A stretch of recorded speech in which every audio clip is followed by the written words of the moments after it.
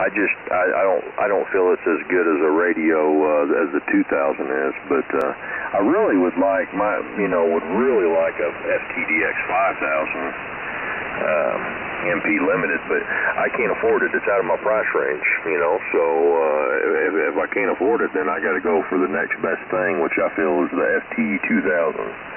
So, but yeah, I'm getting it. It's supposed to come get the U-Tune module for 80 and 40 meters and all the little, it's a bunch of accessories and stuff with it. So I think it's going to work out really good. Kind of a friend type of deal. So it should work out really good. I kind of drug my feet there in case somebody wanted in there. Well, yeah, I'd say that ought to be a pretty good rig. Somebody took real good care of it. Of course, some of them rigs I've heard scores where these people get them, they're all beat up, scratched up, or this so forth, or that kind of thing. But yeah, if you kind of know the people, that kind of helps out getting a radio like that. And well, I guess I wasn't really aware that they quit making those. And that FTD. I think you said the 3000. I think that Paul's got one of those, and he always sounds real good on it. And then he had a 1200, and he sold that to Terry. And whenever Terry's operating that, boy, that thing always sounds pretty good too. So yeah, they're probably good rigs. Well, I'm sure you'll really enjoy that 2000. And that is probably a bigger radio or box or whatever. Yeah, I think that'd be a nice radio, JR. WD5 DJX. Hey, morning, Bull. Good morning, Bull. Good morning, guys. Hey, Bull, tell JR about your 3000. He's thinking about getting a 2000, so tell him about your 3. Well, 3 is a little more modern than the 2. It's got an IF out and all the stuff that the 2's got on it. Although the 2's a good radio, especially if you get the D model. This is a 3000D, and but the D model of the 2000 I think puts out 200 watts. And Don really liked it. Phil's got one. In fact, he got Don's, and they're good radios. This little 3000.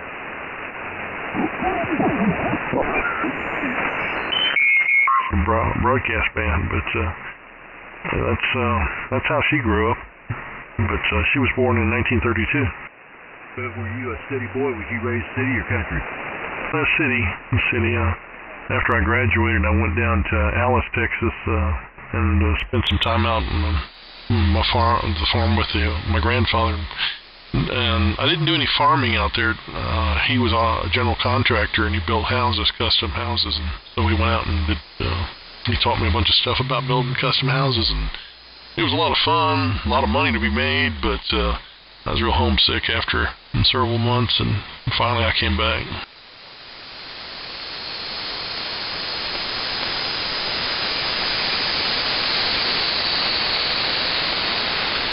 But I think what he had in mind I wasn't really interested in, because he'd made a proposition to my dad that he says, I'm fixing to retire for the 4th time and this is going to be it. He says, I want to teach you what I know, and maybe you can carry the family name on and continue doing general contract work. And neither my dad or I was interested in it, but there's definitely money there to be made. Your dad was a contractor, wasn't he, Vern?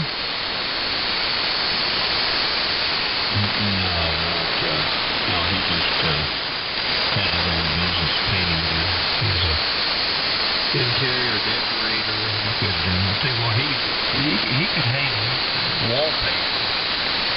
And I mean, if it had a picture of anything, he was so damn perfected in his work.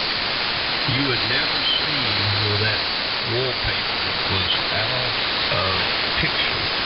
If he had a picture, say, a man and a woman, dancing or something, he would splice that wallpaper on that table, wallpaper is, you'd never see the splash. I mean, the pictures would never be out of kilter, you know what I'm saying? He was just that good. He did gold leaf. He was an artist. He did all the fire trucks over there in my hometown. He did the fire trucks, gold leaf for car doors, you know, and everything, numbers, whatever they wanted on the fire trucks, the police cars, they were all gold leaf. He had jewelry store windows were all gold leaf. Banks, buildings were all gold leaf. He was 24 karat gold. I had books in his brush, you know, he had like a carrying case. And I had books of that 24 karat gold leaf. I guess it's like it was made by my son, so they're still probably in them cases. But he used to do like a steeple, a cross looking at a steeple. He'd gold leaf that, and then I tell you what, he'd put something over the top of it to coat it, you know, oil coat it, clear coat it. And that cross would shine, man. When the sun hit it, it just like, man, it just radiated. He got into baptistries, painting baptistries in churches. And then I tell you what, he's just an artist. He draw a picture of himself there. He looked just like him when he got done. He looked like another damn Michael.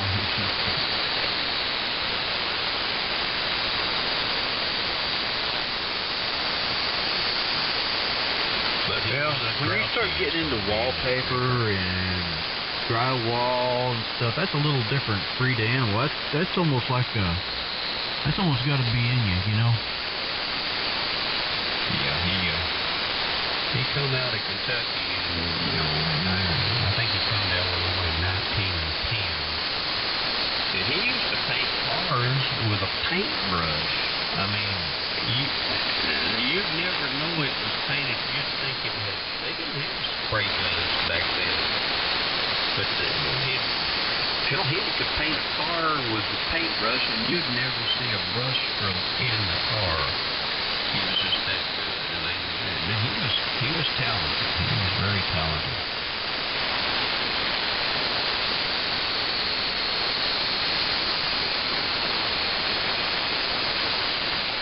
But he just run his own business, you know, work, you know, paid the government every year, you know, filled out his tax form, and never made a hell of a lot of money, but, you know, we had a nice home, he remodeled, it was a beautiful big 2-story home, but he did all right for himself. He worked for a lot of rich people.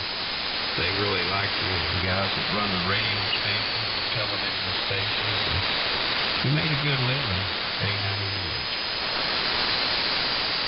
N0 ARX. Well, I found a little SDR here I've never seen before.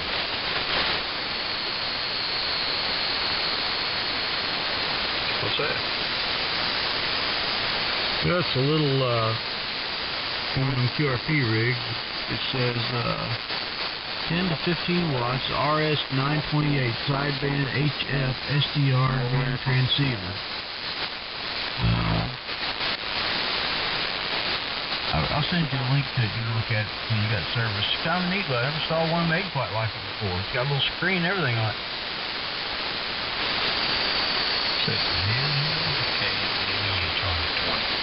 No, it's not a handheld. Oh, okay. Kind of like an E-Rad, huh? Yeah, I would say kind of like that. Yeah, did I ID N0 ARX? I don't remember if I did or not.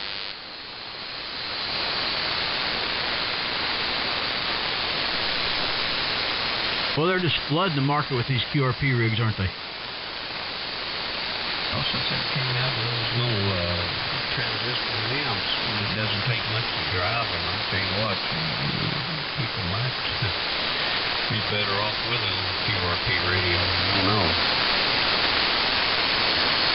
Last thing, if you were a boots on the ground in Vietnam, you're eligible for Agent Orange settlement by the federal government. So anyway, I'm amazed that you were turned down or whatever, but go ahead and go after it. I mean, you're entitled to it.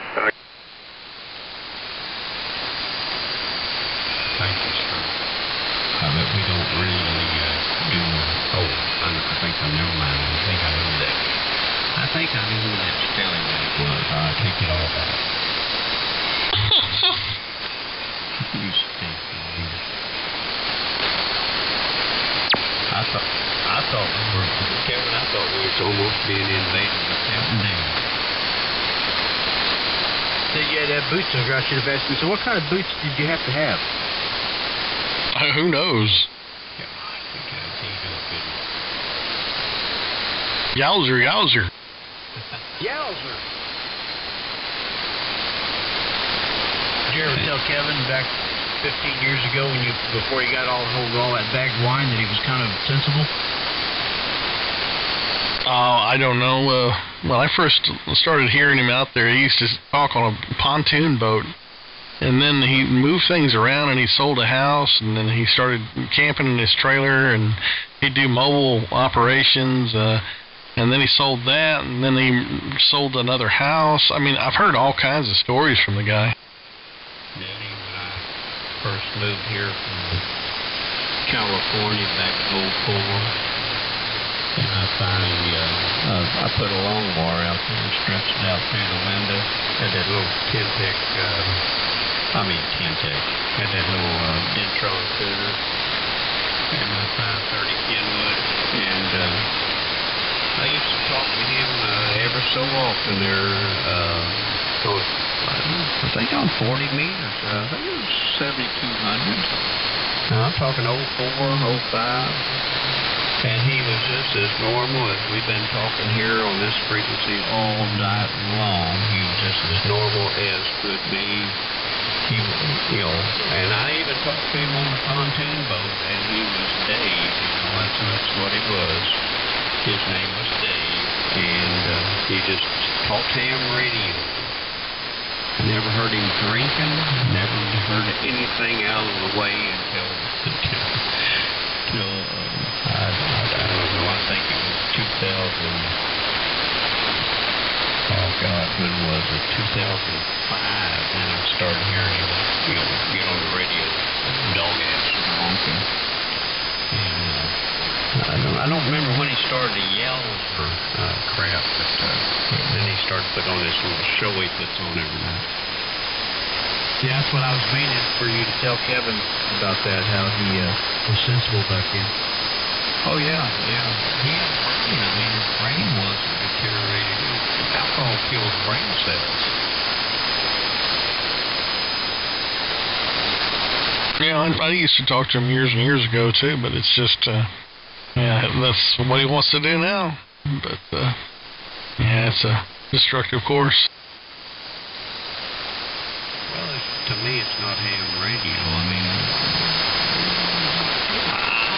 I was listening to him there, I don't know, before Christmas. I think the topic that night was when North Korea fired that first missile, and they were starting to get along with the program pretty well. They landed somewhere over there on the other side of Japan or somewhere towards American Samoa and over that direction. Anyway, he called the American Samoa, these Mars, of course, and he was asking what they thought about the new situation with North Korea. I'm going, how the hell is this guy doing this, and how the hell is he getting by with this crap? Looks like the government just walked in there and knocked him out. He's a nut nowadays. Yeah, he's not even a fruitcake. And this guy you know Jason. Over there in Mississippi, we've talked to Jason for years here on 3810. And Jason goes there on 43, and I said, Jason, I heard you the other night talking to Captain Dave. He said, yeah, man, we were having fun. I said, do you think that's a good situation to get in? As many people are recording him and reporting him to the FCC. And he said, well, I never thought about it like that, Vern. I said, well, I think you better start, thinking that way, because your call sign being associated with his call sign That's going to get you, I think, a bad reputation sooner or later. I might be wrong. I mean, it's entirely up to you, man. You live in America, you know. You can do as you please. You know, you got the freedom to do whatever you want to do, but, you know, as long as it's not against the law. But have fun if that's what you got in your mind. I don't think he's doing that here lately. Yeah, I was kind of disappointed when I heard Jason do it. I think we made him feel bad that night, though.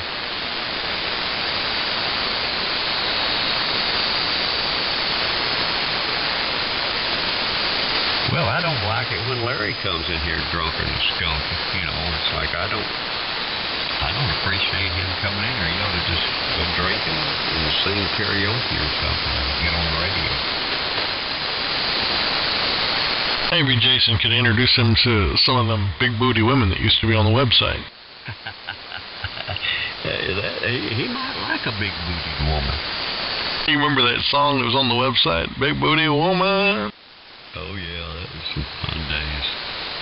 That was a funny song. I had never heard that song before, and I think it was Wade that uploaded that thing. Yeah. And that was some funny stuff. But that, I'll tell you, for dating software, it was some cool stuff because it allowed so much flexibility on that website. You could upload images, you could upload music, and people could share it and all. It was like, wow, it was some cool stuff. $469 for that little rig. Which one? Got that just now. It's got a little waterfall on it.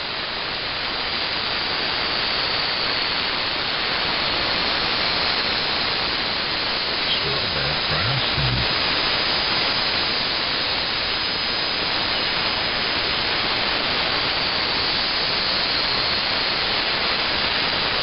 Well, it looks a whole lot like that ELAD radio, don't it? Yeah, a little bit. Got a nice, but the ELAD's got to be on a computer, though, don't it?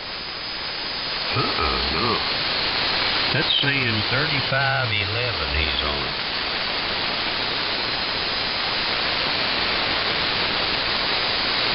So, do what now? Look at the VFO, it's saying 3.511. Yeah, that's probably in China.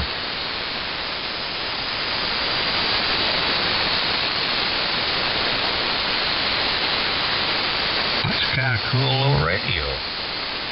It is. They're getting all kinds of little radios that's really cool, you know. Too bad I ain't got tons of money. I'd buy a few of them and play with them just for the fun of it. But, you know, they got some, but, you know, it's Chinese stuff. I guess some of it's good. Some of it's not, though.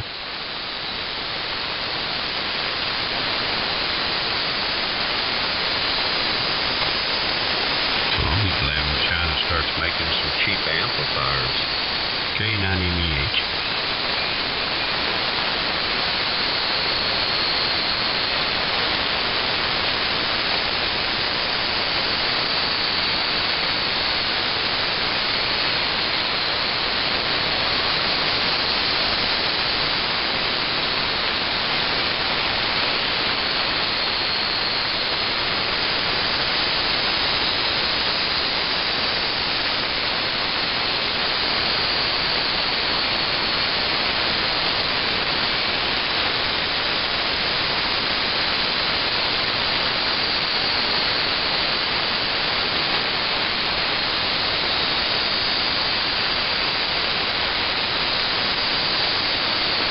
Here's a little 45. It says it's got a 45-watt amplifier that goes with it.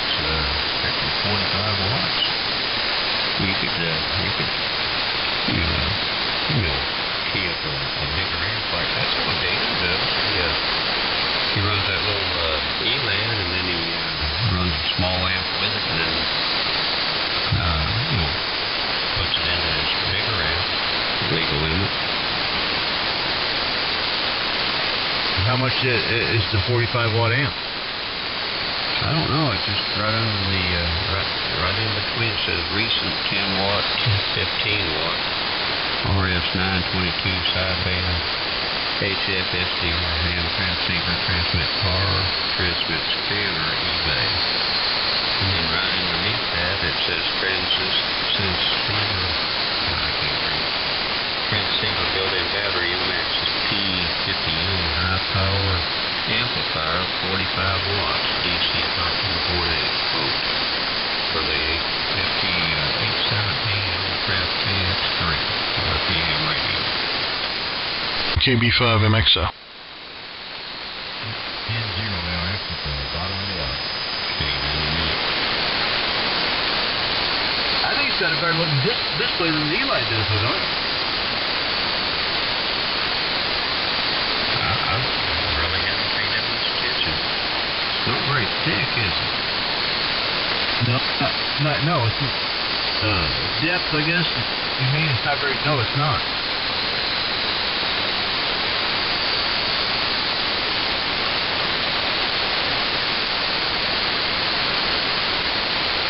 I think Curtis said last night Daniel was going to sell his TS2000 for $600.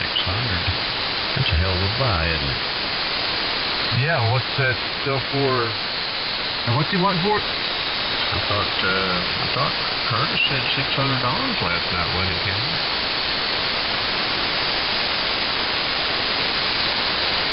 Is that new, like 13? I didn't hear anything about it myself.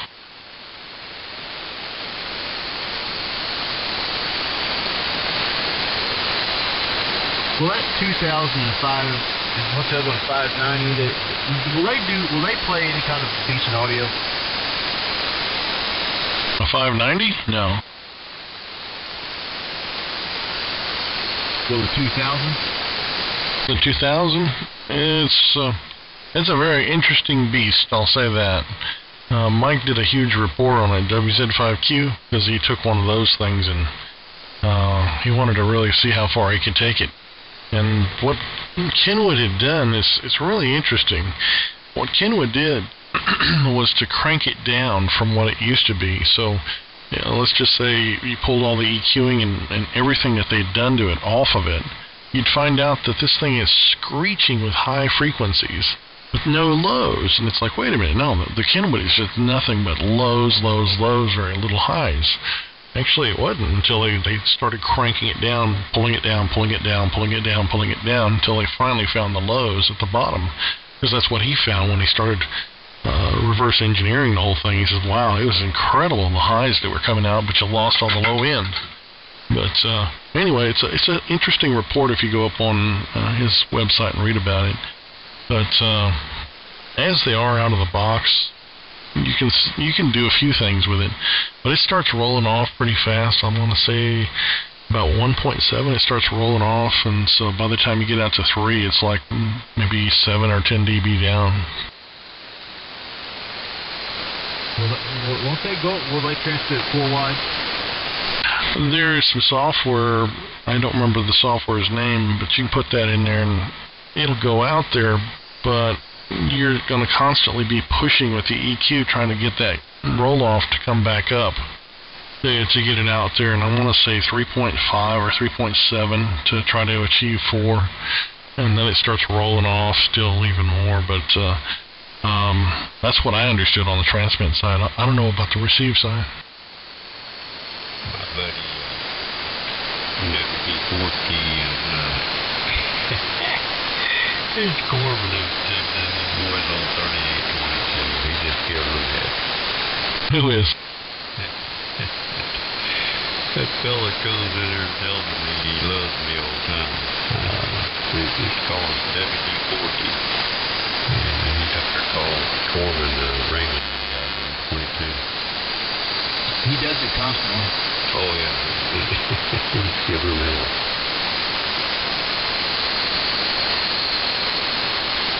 Some wag stuff. I don't know. He's done that.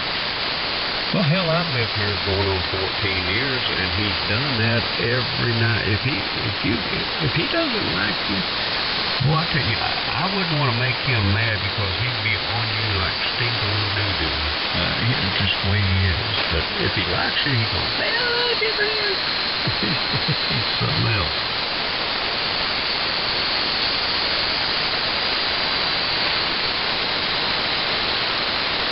I'm looking for the Big Booty Woman song. I don't know where it came from originally. I just know it was on the website, and I can't find it anywhere.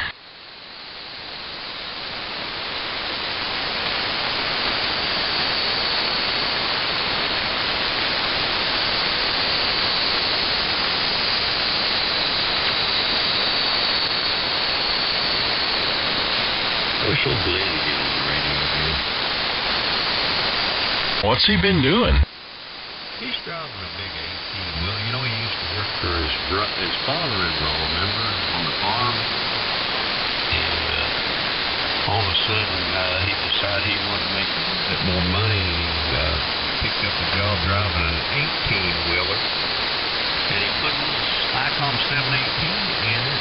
And he had some kind of a screwdriver antenna. And hell, I used to talk to him all the time there. And Danny actually met him over there.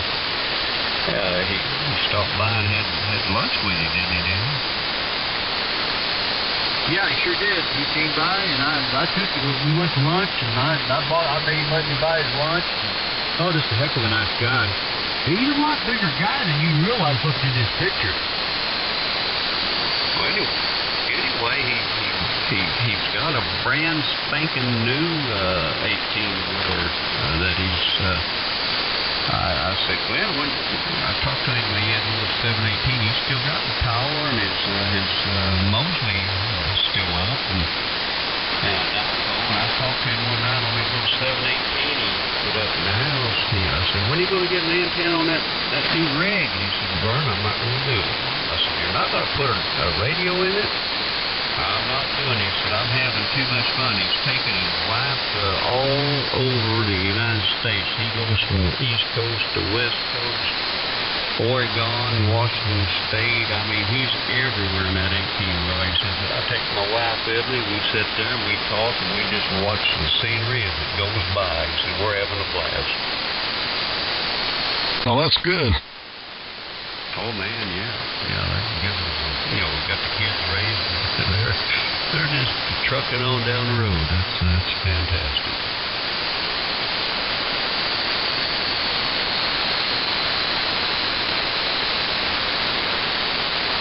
Oh, I'll tell you, the stuff he used to do out here. The thing is, a lot of people don't know what happened behind the scenes. Let's see. He liked what I was doing over here with my 950 SDX and how perfect the recordings were and everything. And so he and I'd get on the phone, and he says, I'm thinking about getting one of those 950s, man. Yours sounds so good. And I told him what it took. And so I helped him build an exact duplicate of what I have here. And so we got it all set up, and then to a certain point, and then he calls me up, and I'm getting some barbecue across town, and I says, I'll be home soon. He says, well, hurry back soon, man. I drove all the way to some place to go get this some rack gear that he didn't want to order it. He was really impatient. He paid a fortune for these pieces. They were just cheap pieces. Anyway, he got them, and I got back here, and I helped him on the phone, and then we started tweaking around with it. And then after that, when he started playing music out there, I was feeding him all the music over the web. Well, I was just simply amazed at the ability that 950 SDX could record and play back. It's like, golly, man, I want to do that. How can I do that? I never did. I didn't have no helper.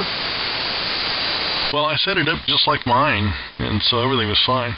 But what eventually happened with that was the CPU in it was starting to go out, and instead of just turning around and ordering one off the eBay, had them for like $50. He could have grabbed it and dropped it in, and that would have been it. He just went ahead and just I'm gonna sell it. Lost 10 meters. Well, it's the CPU, man. And as far as if you lose one today, I know two sources you can get copies, and so it's nothing big if you lose one today. Remember that night that he was drunk. I mean, he couldn't slap his ass with both hands that night. He was so wide on that daggum SDS. He's so wide. Remember, he was about 6 wide, I think. And boy, he was just Them little boys used to talk down there on, I think they were on 5 or 6, and that guy come up here to 38 and started using the Williams call sign. Hey, Ray, I'm a big shot, big operator there. I got a big radio. It's 85NZ. But you're not at 85NZ. You're criminal. You're criminal.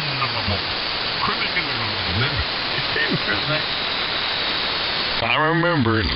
I remember also he tortured the hell out of that AL-1500. I mean, it blew up on him. He got it repaired. It blew up again, and he got it repaired, and finally it was doing just fine.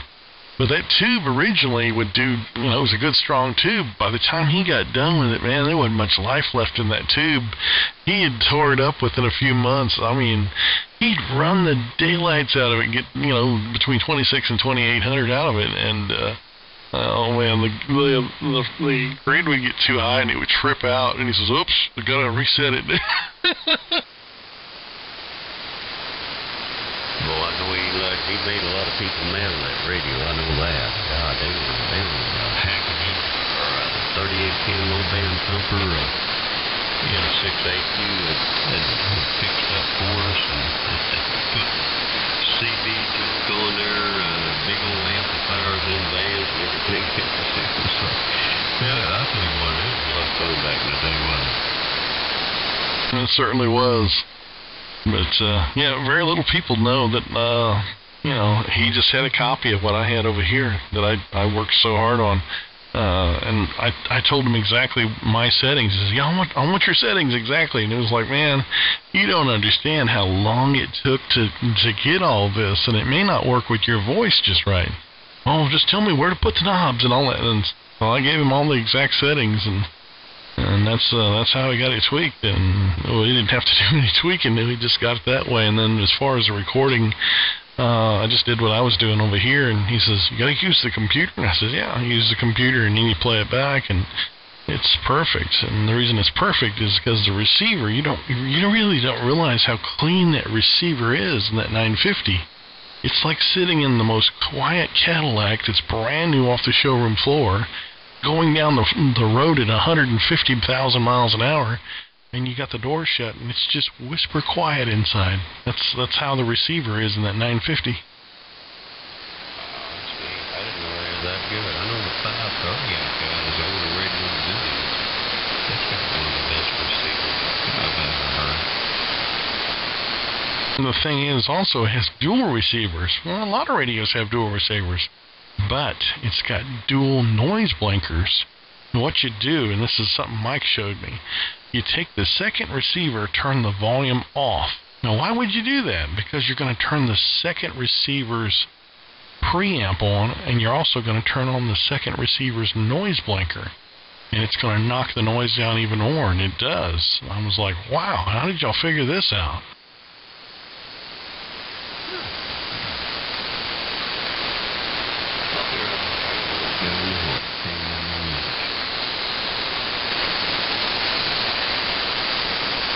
But it is just absolutely, the sound is just royalty. It rolls out of the thing. I doubt there'll probably ever be a rig like that again. It just, man, it just sounds like you were an audiophile playing with some really high-end speakers in your living room with your big, expensive radio equipment in there that just was incredible.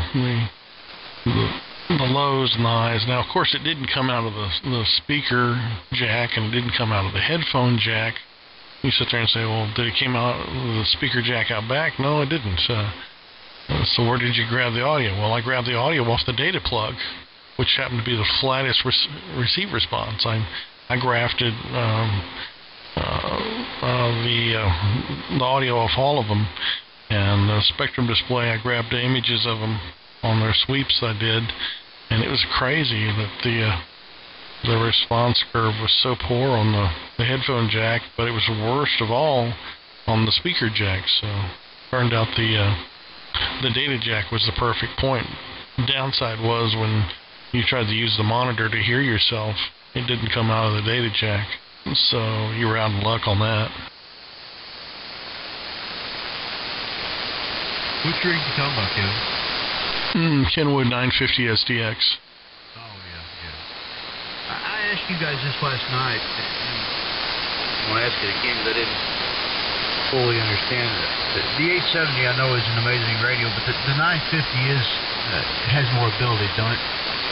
Yeah, it truly is. It's really the Cadillac of what they ever made.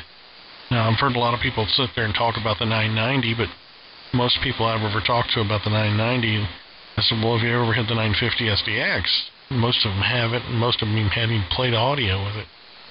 But I'm trying to think his name. The guy that came in here a few of the nights ago, Billy. I think Billy had a 990 at one time. Or maybe he didn't, I don't know, but he's got to play with one of them, but he's still running his 950 SDX.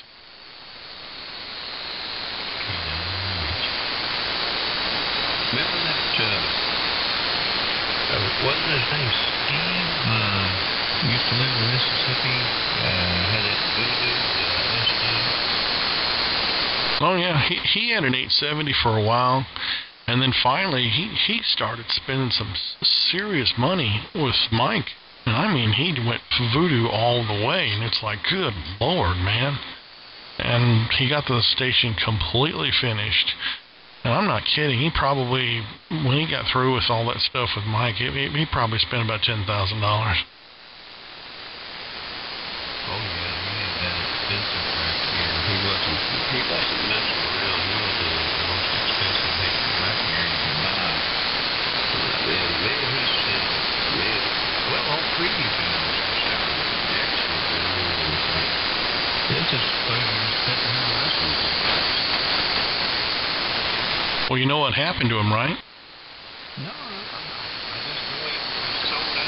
He told me, he said, I'll see you later. I'm getting out of the money. What?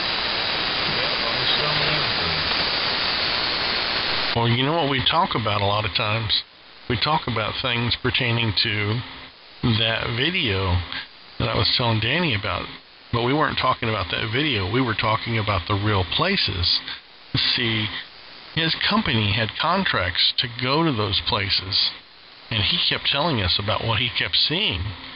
And, it's like, aren't you worried? You're telling so many people over the air that it might affect your job? Well, I think it finally did, because that company chopped his head off. That was it.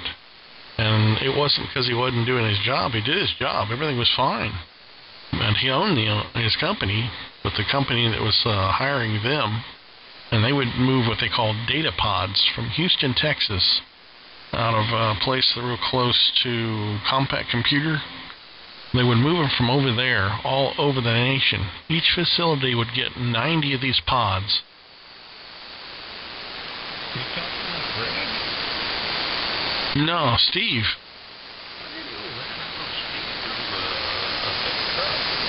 No, Steve escorted them. That was his company that would do that. His company would get contracts to do this stuff.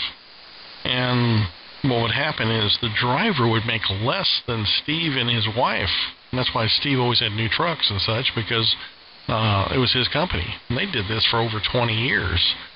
But he kept talking about it over the radio, and it's like, I just wouldn't do that, because, he told us what the contract said on the bill of lading, which is the cover story. And then he told us what it really was when he got there. And it's like, oh no.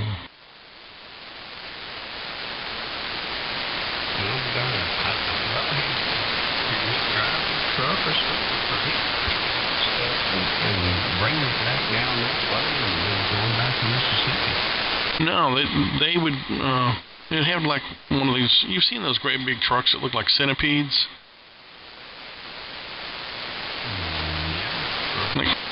They got like 15 or 20 axles underneath their trailer and looked like a big centipede running down the road. Well, that's what they were doing. They were running these data pods out there, and they were 105 feet long, and I forget how wide they were. But each data pod was going to the same place. And he says we'd pass our own people on the road as they were coming back and we were going up, and then vice versa. And he says, you got 90 pods, you got to go to one location, then you go to the next location, 90 pods there, and so on and so on and so on. This was going on for years. But he said when we drive up there, there's always guys with barbed wire around the fence and all that, and these guys with machine guns and all this, and he says, it's some real scary stuff. They tell you don't get out of the truck and all that. Well, what's the Bill of Lading say? Well, the Bill of Lading says Homeland Security. So what are you thinking? Well, it's Homeland Security. Well, one time he said he was taking diuretics. He says he got out of the truck to go pee behind the cab, and the guys ran over there real quick with the machine guns and such. And he says, "What do you think you're doing? What do you think you're doing?" And he says, "I didn't even drop my drawers or nothing." He says, "I just went behind the cab, and before I could do anything," he says, "man, they were on me like stink on whatever." And anyway, he says, "I need to go to the restroom." He says, "Hold on." And so they get on the radio. After they get on the radio, they say, "Okay, come with us." And they keep telling him, "Look down at the ground. Don't look up. Don't look to the left or right." Well, he says, "I didn't do any of that. I looked all over the place." Anyway, they escorted into the building. How stupid of them. Went into the building. And he used the restroom, and on the way back, he looks around, and they keep telling him, "Put your head down and look straight down." Well, they just told him that. They didn't make him do it. He kept looking around, and he saw a banner on the wall for what the place was and the cover story, and it's like, you're kidding. And it's like, and so he told us all what it was. I seem to remember that was all back. I forgot all that. That's why I say, hey, I sound like a kook talking about this stuff. I really do, man. And if I heard somebody saying all this stuff, I'd say, yeah, he's full of garbage, man. Okay, well, how full of garbage am I when I'm telling you about watch that video and all that stuff going on? Now think of this. Who out there has enough money? Who has enough money to buy enough data storage places to store all this data indefinitely? Oh, multi-billionaires and these big billionaire companies, but they really don't have enough, not like the U.S. government. And that's what the Homeland Security is all about. Now, when I tell you the name of this company, you're going to sit there and go, no, yes, for real. Remember what the Bill of Lading say? It said Homeland Security. 90 pods per deal. They were going out in the desert. He shot pictures of this, and I'm like, how did you get away with it? He said, we went out there all the time. Went out to the desert, and they got those hardened facilities that are underneath the ground. They're bunkers, and so you can drop bombs on them and don't break anything. Well, he went out there all the time and would drop these things off. Anyway, would you like to just take a wild guess when it comes to data? A name that pops in your head that you've seen on television time and time again. You might be able to guess what it is.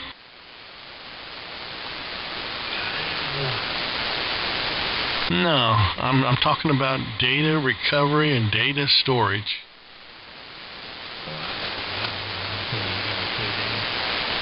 No, I sure don't. You ever heard of Carbonite data storage? Absolutely. That's who. Now, you know who they are. Carbonite is who? Homeland Security. Yeah, I was going to say they're the ones that I didn't really realize it was them. I know they do all the government storage on files. Well, they do everybody's. What do they say they don't do? We don't peep. Bull. They peep on everything. That's where the IRS stuff is, isn't it? I don't know. But why would Homeland Security be messing around with a private entity? Because that's how they do business nowadays. They make private entity things like that. They don't go and ask somebody to do it. They create them. And it makes perfect sense. And then when you sit there and say, wait a minute, all you had to do is follow the money. It was easy to see. Yeah. These multi-billionaires don't even have enough money to build this big of a data storage place. It's not just one. It's not just two. It's hundreds of them all over the U.S. The one that they keep talking about in Utah, they make a big stink about. And that's just one of hundreds of them. That's why I say he kept talking about it over the radio, and I think that's what ended what happened. But he fully sold out. Why do you suddenly go from spending all that money, the next time, boom, you're selling everything out? That's crazy. But you know, he lived a pretty high end life.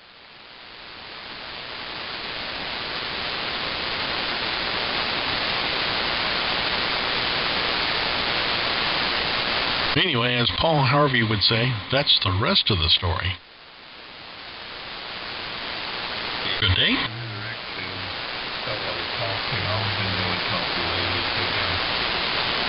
I was wondering, talking about Paul Harvey, is his son still doing his show? I don't know. I'm thinking he doesn't. I don't ever hear it anymore. Well, the thing was, I don't think there can ever be a second Paul Harvey. I mean, Paul Harvey was Paul Harvey, and, you know, it was his personality, and I don't think his son did anything remotely close to that.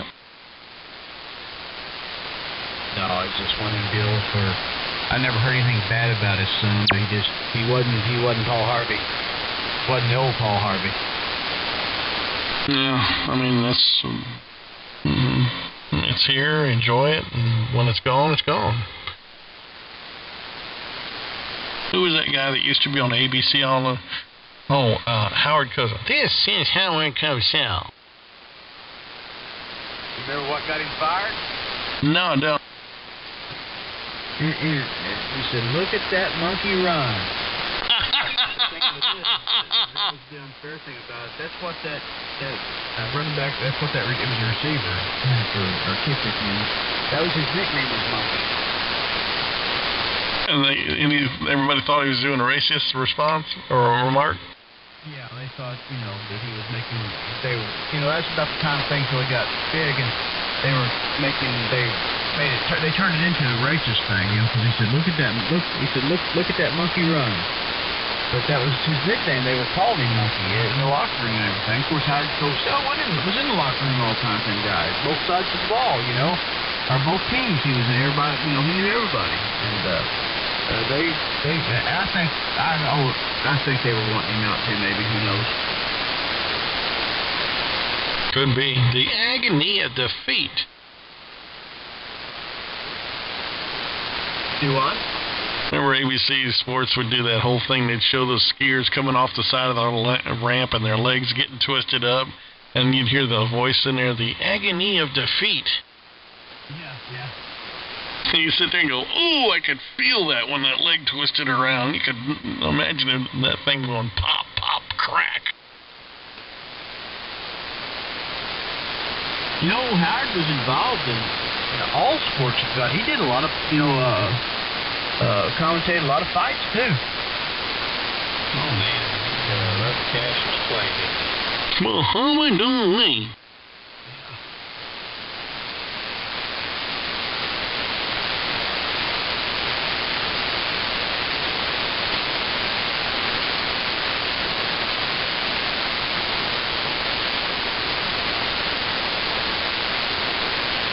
He's been dead for a good while now, hasn't he? KB5 MXO. 0ARX at 2 a.m. Central Time. Kilo American, my electronic office.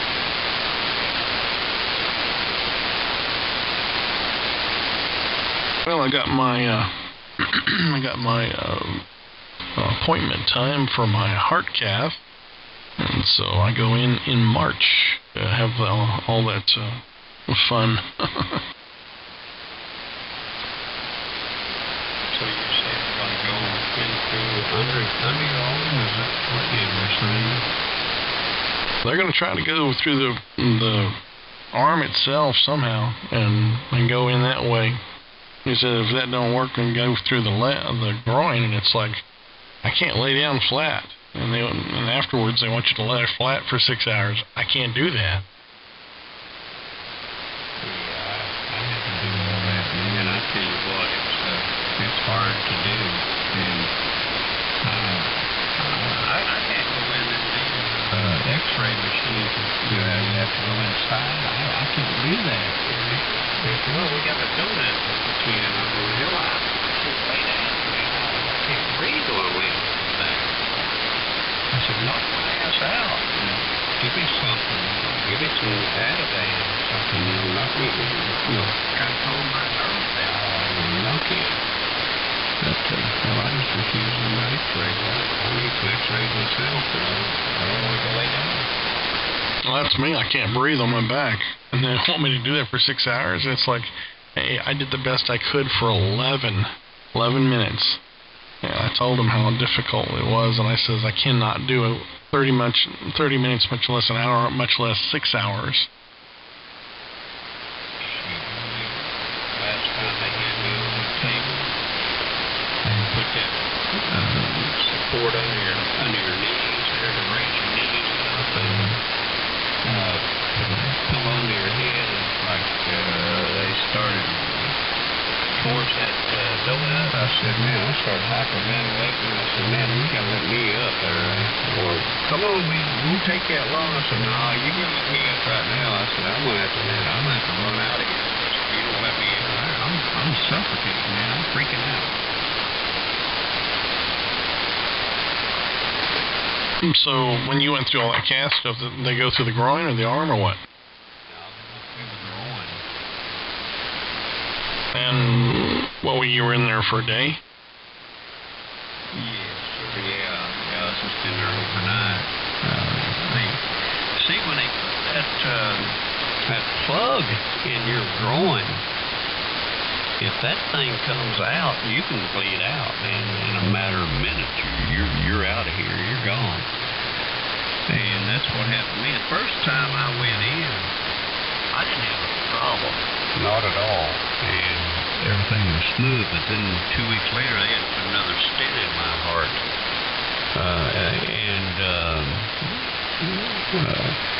That damn male nurse come in there and said, hey, he said, I want to check your plug there, see how you doing. I said, okay. And he said, let me know if that thing starts to bleed, any at all. And I said, yes, sir, I sure will. He said, because you can bleed out no matter of minutes. And he hadn't taken 3 steps towards the door to go check on other patients. I said, sir, I think I've sprung a leak. He come back over and said, oh my God, and grabbed my leg and put the death clench on it and freaked me out. He held me like that for a good 45 minutes, man. He hurt the hell out of my leg. But that second time hurt like hell. That first time they had me so doped up, I didn't care too much about it. I went in there about 6 o'clock and woke up about 2 o'clock that afternoon. Now, when they released you, were you in a lot of pain after that for a couple of days? No, not the first time, but that second time I sure was. It hurt a good long time there after that. I had that. Evidently, I think they kind of suture that plug, in your skin where it's not supposed to come out. But, it sure did on me that time. That second time hurt real bad. It hurt for a few days after that, too. Started healing. Well, what did they give you for pain meds? God, I don't remember what it was. I know after I took them for 2 or 3 days, I flushed them down the toilet because I'm an addict and I can't trust myself. So I took them 2 or 3 days just to keep underneath and something, and then start taking Tylenol. I took those for the toilet. I don't remember what they were. They say you're not likely to get hooked on them if you're truly in pain. What? They say that you're not likely to get hooked. They say you're not likely to get hooked on them if you're truly in pain. Really in pain. Because as your pain goes away, you don't need them, you won't pay. But that's what they say. Well, I can tell you this, that I'm asked all these questions, and they said, once you leave the hospital, all we can give you is Tylenol 3. And I said, well, you might as well be just giving me a glass of water, because that stuff does nothing for pain. And so I don't know what I'm going to have to do, but, you know, I don't believe in going home hurting like that. I mean, who can stand all that pain? Well, why can't they give you a prescription of pain meds? They can do that. Everybody's spooked. All this garbage that the dang liberal idiots got everybody spooked, and nobody wants to write any prescriptions anymore. It's like, so who suffers? People that are legitimate folks that need this. My mom gets a prescription of them every month. I mean, because she's in a lot of pain, but I mean, she's also 80 years old. I mean, I guess at that point they're trying to put somebody. She takes one before she goes to bed at night, or starts getting late in the evening. She takes one. It's a regular pain pill, but it's not a real high dosage of it. But she takes. I think he gives her 40 a month, and that gives her the opportunity to take one, you know, a couple hours before she goes to bed. And then if she has a flare up during the day, she got a few extra to take along the month. Sometimes she don't even take them all. What are they? You know, when I had the broken leg, I had 150 per month I was allowed, and you know, it was plenty. And then when I got to a point where I was saying, you know, let's try to taper off. Let me see, you know, if I can do it. And so I started getting off of it, and then when I was getting off, I noticed the pain was coming back, and it was like, well, not quite. And eventually I got to that point and found that, yeah, it's time to start getting off of it. The doctor never asked me. I just started doing it on my own because, you know, who wants to go through life sitting there looking through basically a fishbowl? Yeah, but you know, you take somebody like my mom that's got osteoporosis and her back's hurting her. I mean, those are the people that should be able to take them some. I mean, she deserves to be kept comfortable, you know. And like I said, there's some months that she'll have a bunch left over. There was a month or two back in the fall there that she had enough left over that when we was getting all of her prescriptions, she didn't even fill it that month. So I mean, I don't even think she realizes what they are, really, that they're. I don't think she really understands it. It's anything people get addicted to. You know, I think they do help her. You know, my wife was on them for over 20 years. It was hydrocodone, and she always worried about that. And I told her one day, I says, you know, you don't have to worry about it. And she says, why? I says, because you're already addicted to it. And she says, no, I'm not. The doctor, no, I need to talk. I said, don't talk to the doctor about nothing. The problem is this. It's basically like a seesaw. We have to keep everything to where everybody's feet are off the ground. Nobody gets to go up. Nobody gets to go down. If the thing is, if you come down and your feet touch the ground, you're going to hurt. What are we going to accomplish? If you go up too high, what's going to happen? Well, you're going to get high and all that stuff. And so we got to get there at the even middle. It's hard to maintain because the pills only last so long. And then on top of that, like I said, she was on for 20 plus years until she passed away. Your body gets used to it. And when it gets used to it, typically what the doctors used to do is they say, oh, we'll double up on them. Well, it's just, it progresses things, and pretty soon you're taking 2 at one dose, 3, 4, 5, and it's like, man, that's enough to knock a horse down.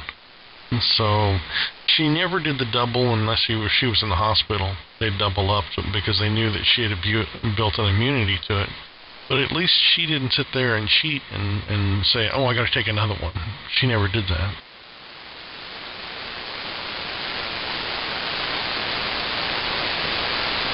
But I saw myself the immunity stuff, and that's why I did what I did. And it was just something I came up with out of the blue, which was to skip the pain med for 6 hours and then take the next one after that. But you sit there and say, for 6 hours you're going to sit there and you're just going to white knuckle it, man? That is hard to do.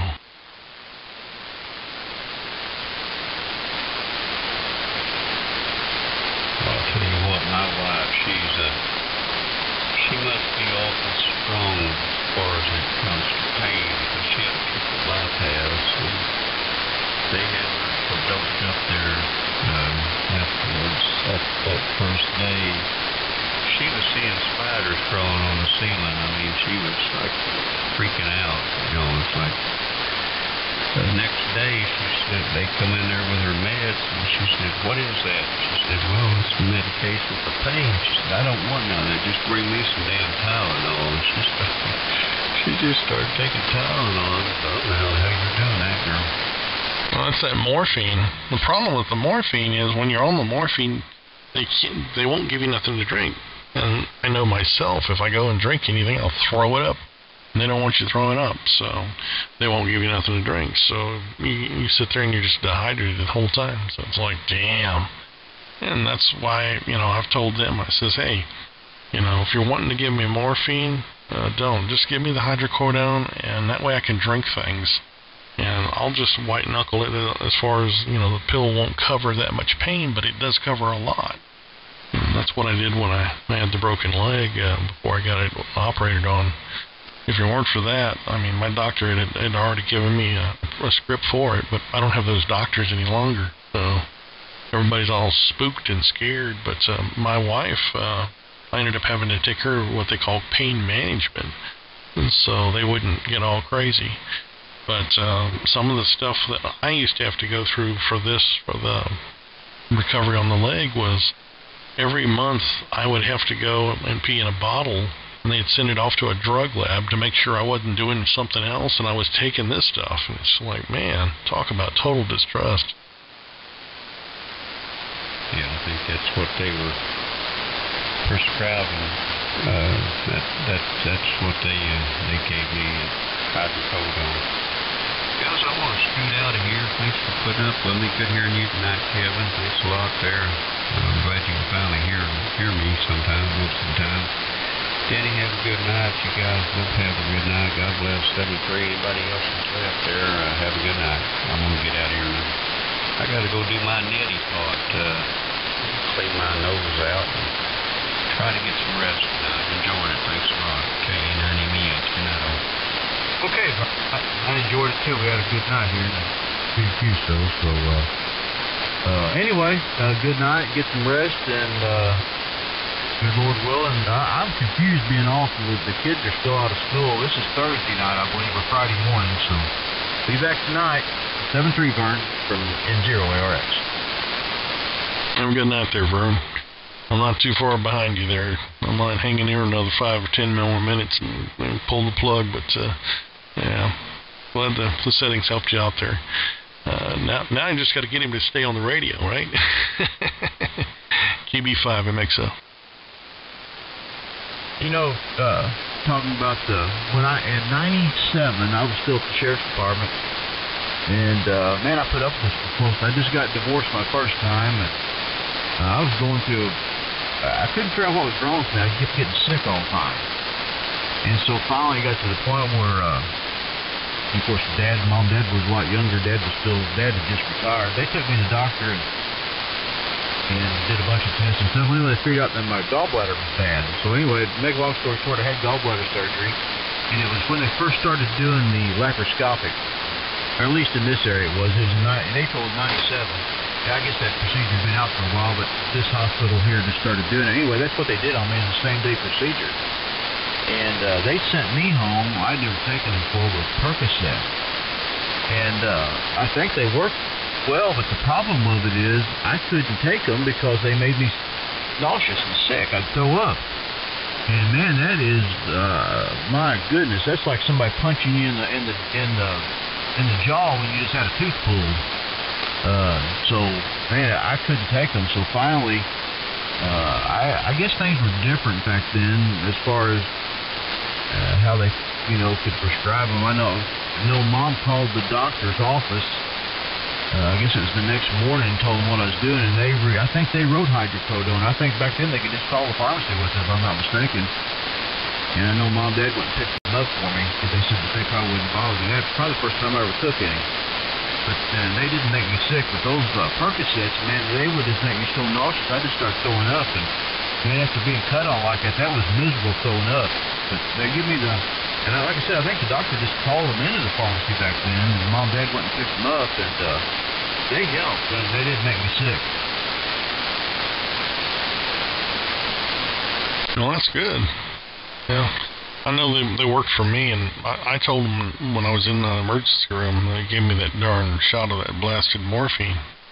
I couldn't tell when I was on it or off of it. I really couldn't. And anyway, when they came in to give me the next dose, I said, stop, don't give me any more. I want to drink water. I'm so dehydrated.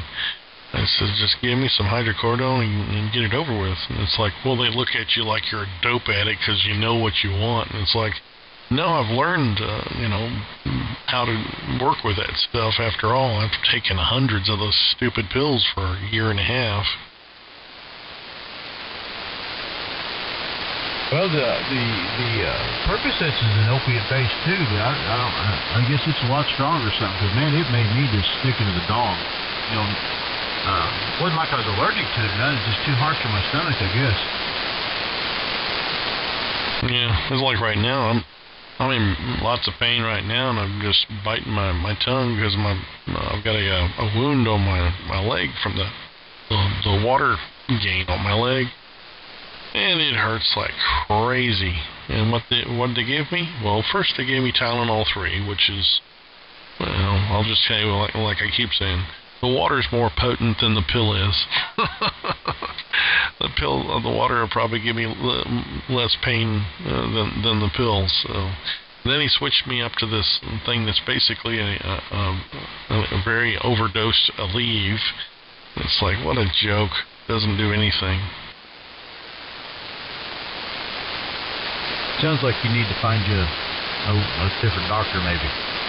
Yeah, that's what I've already gone through, but everybody's all spooked about this and that, and they don't care who gets hurt and who's going through pain. So, but I'm gonna start going to my general practitioner and discuss this with him and see what we can do, because I don't want to get into a situation where I'm in major pain and I'm having to get in the car and go to the emergency room because of something stupid like this. What about you going to the pain clinic?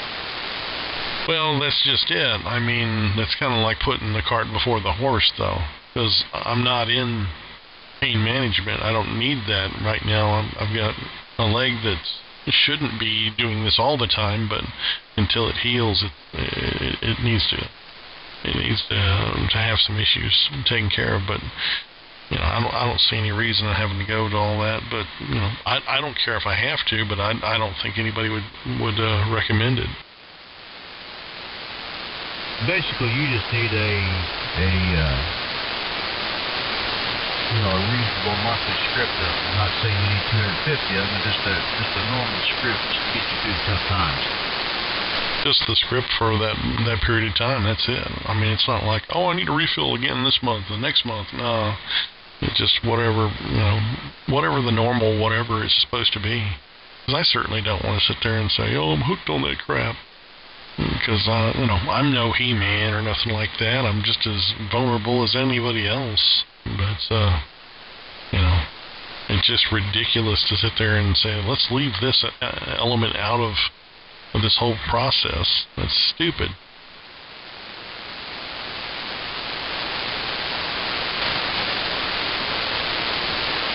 I remember when my wife had run out of meds and we had just changed doctors, and that doctor went on vacation for 2 weeks.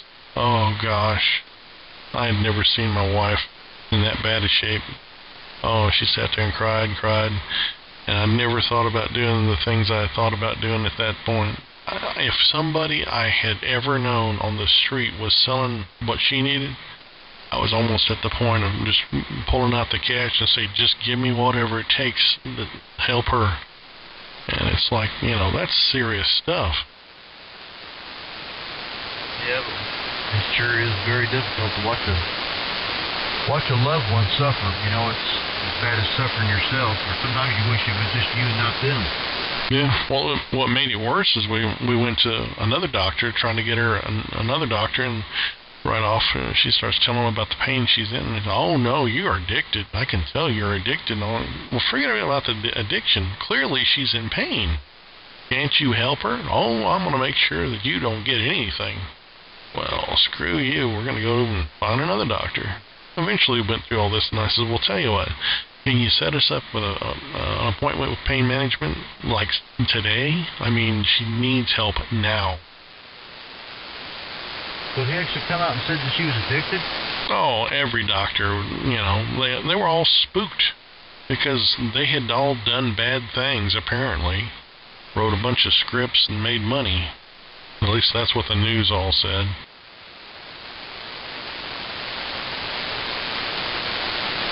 Meanwhile, just normal everyday people were the one that took the bite for it. That's just a shame. But when we finally went through the pain management, he says, "Oh, I don't have to do any tests. I can tell you're in major pain." Yeah. And he wrote the script, and then we had to go all the way across town to get it because he says only this one place is going to write my scripts. We didn't understand it. We didn't care. We drove all the way over there, picked everything up, had water with us. She got those in her, and within an hour, she's finally got some relief. But she cried all the way back.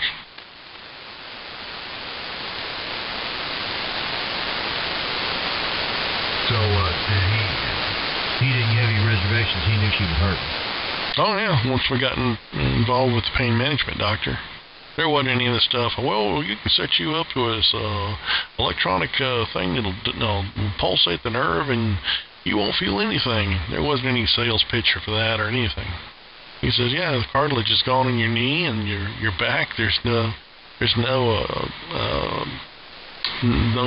gel in that darn disc. It's missing totally. And didn't your doctor know this? Didn't you tell them that? Yeah, we told them all this stuff, but you're just here to get drugs. She wouldn't have been very young at the time, would she? Yeah, this happened in the last 10 years. And tell them something. That's ridiculous. What she has to do, go back to the pain management guy every month then? Yeah, we went back over there, which was just across the street from my doctor. And wouldn't you know it, they put this upstairs. How much does that make sense? It doesn't make any sense. But they did the same thing with the heart doctor. They put him upstairs on the 3rd floor, all the way at the end of the hall.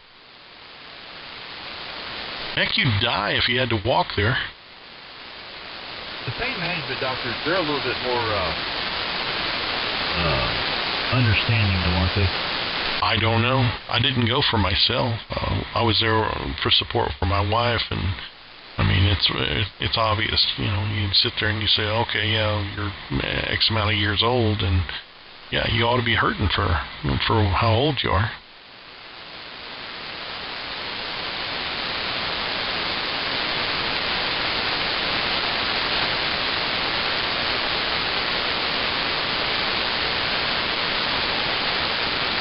Crazy, messed up world we're in. They wouldn't really like that with them things back in the 70s and 80s, were they? I don't think so, but I don't know. I wasn't taking anything like that. I mean, yeah. Always had big faith in doctors and all that. Now knowing the truth. Yeah. Wasn't that you the other night here? One of us said, remember, they actually practice medicine? Yeah, right? Oh, man, I tell you, it's just, it's crazy. It really is. But when I got to talk to him about today's appointment, I got to talking and walking through the whole procedure. This woman told me things that the doctor never said. And it's like, now, why didn't he say that? And does he think it's better to lie to a patient? All you're going to do is piss me off. And if I get pissed off, I don't want to do anything. I'm like, screw this. I'm going home.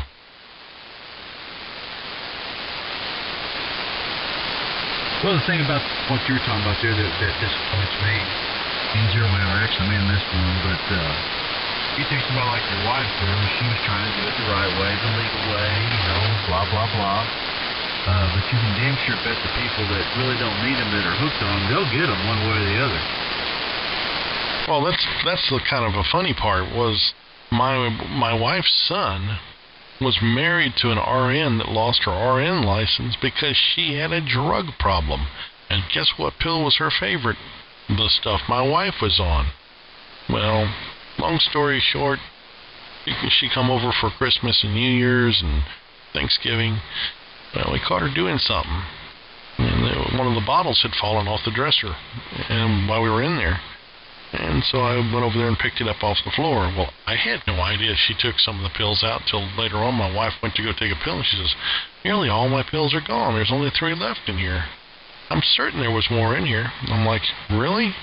And so we didn't want to go and cast any doubt and all this stuff. So we, I think it was Thanksgiving. We waited till Christmas and had another Christmas party thing, and we decided to lock all the drugs up, and I suddenly got this crazy idea, and I says, let me get that bottle out. He says, what bottle? I says, your pain med bottle. He says, what for? I says, I'm going to get a plastic bag, and I'm going to pour them all in there. We're going to put those in the closet and lock it up. And then I would go over here and get some Centrum vitamins, because the pill was pretty big, and I guess that most people would, if they didn't read the name that said Centrum on it, would probably think it's probably the pain med. And so I counted off 23 or 24 of them, put them in there. Then we put them right on the shelf like it was before.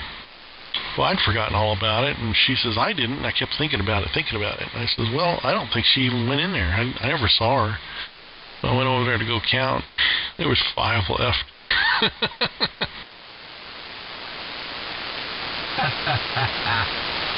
We kept laughing. Well, it's going to be the most healthiest daughter-in-law if she keeps taking all them Centrum vitamins. And so I told her husband about it, and that idiot turns around and makes up something so horrible. What was horrible about it is he says that, well, Kevin caught you on a camera in the bathroom. What do you mean? Well, he has cameras in the bathroom. I'd no more put cameras in the bathroom than anything else. That's why he came up with it. And I thought, man, that really, makes me out to be some weirdo. And that's what he went with. And I'm like, wow, I'll never go over there again. And she didn't admit to it. And says, well, he called up and says, I picture you in the bathroom taking that. Well, that wasn't where the bottle was. It was in the master bedroom. Is he still with her now? Oh, no. She was a disaster. Got him arrested for spousal abuse. He never touched her. He had cuts all over him where she had thrown a great big glass vase and smashed it on him. Boy, it cut him up bad. And then when they says, what happened to you? Why are you all cut? Where'd all this blood come from? Well, that's when they said, well, we've heard her story. She says you beat on her. And then you're saying that you didn't beat on her. And you're saying that you didn't touch her, but yeah, you show signs that you've been through some sort of trauma. And so they hauled both of them in. Both of them went to the pen. And I'm like, wow.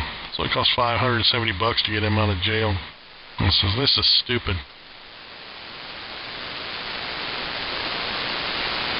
Is that the one that's kind of getting difficult with you now? Oh, yeah, a brilliant guy. But we kept telling him, leave her. Oh, no, that stuff went on for another 7 more years. And, I heard every excuse under the sun, like, I think I can fix her. No, you don't fix people like that. You kick them to the curb, you kick them into the dumpster, you get them out of your life. The one you said was giving you a harder time now since your wife passed? Oh, yeah, he was for a while, yeah. And he hadn't made any more racket for a long time. Is that the only only child she had? Yeah, that's the only one that survived. The rest of them were stillborn.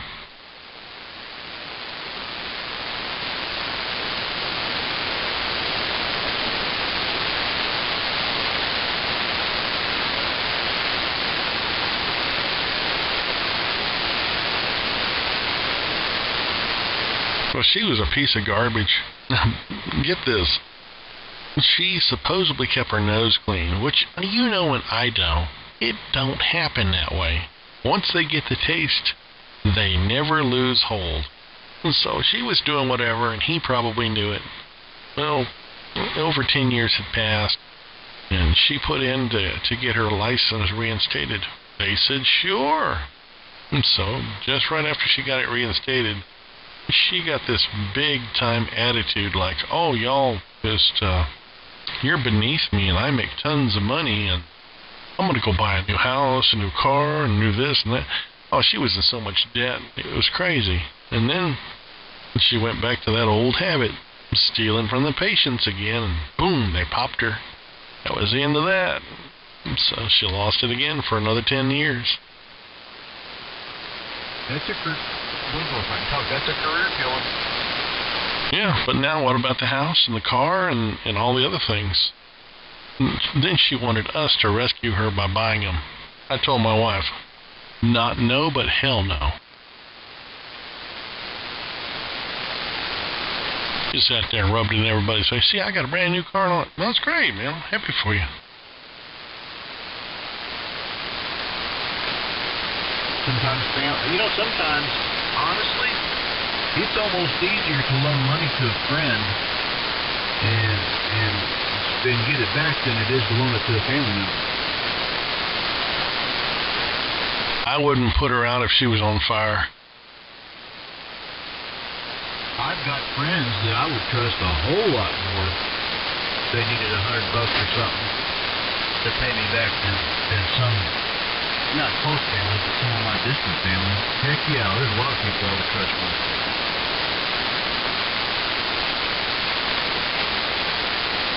Eventually she found a boyfriend and she ran off with him, and that was the end of everything after they divorced. So that was good, but you know, he always got this, oh, I really cared for her. And get over it. There's more fish in the sea, and believe me, that wasn't a good fish. That was a, I don't know, an alligator gar.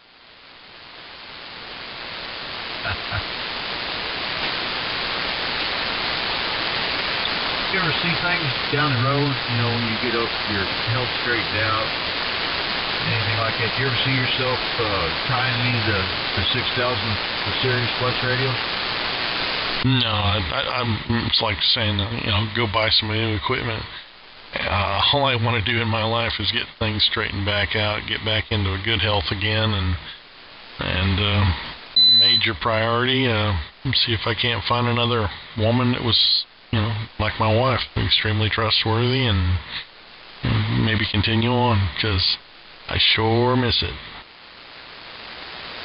Well, there come a time, though, that stuff will all fill in, and you'll have to financially get things in good shape, and the hobby will come, you know, things like that. Life has a way of making a big circle sometimes and coming right back around.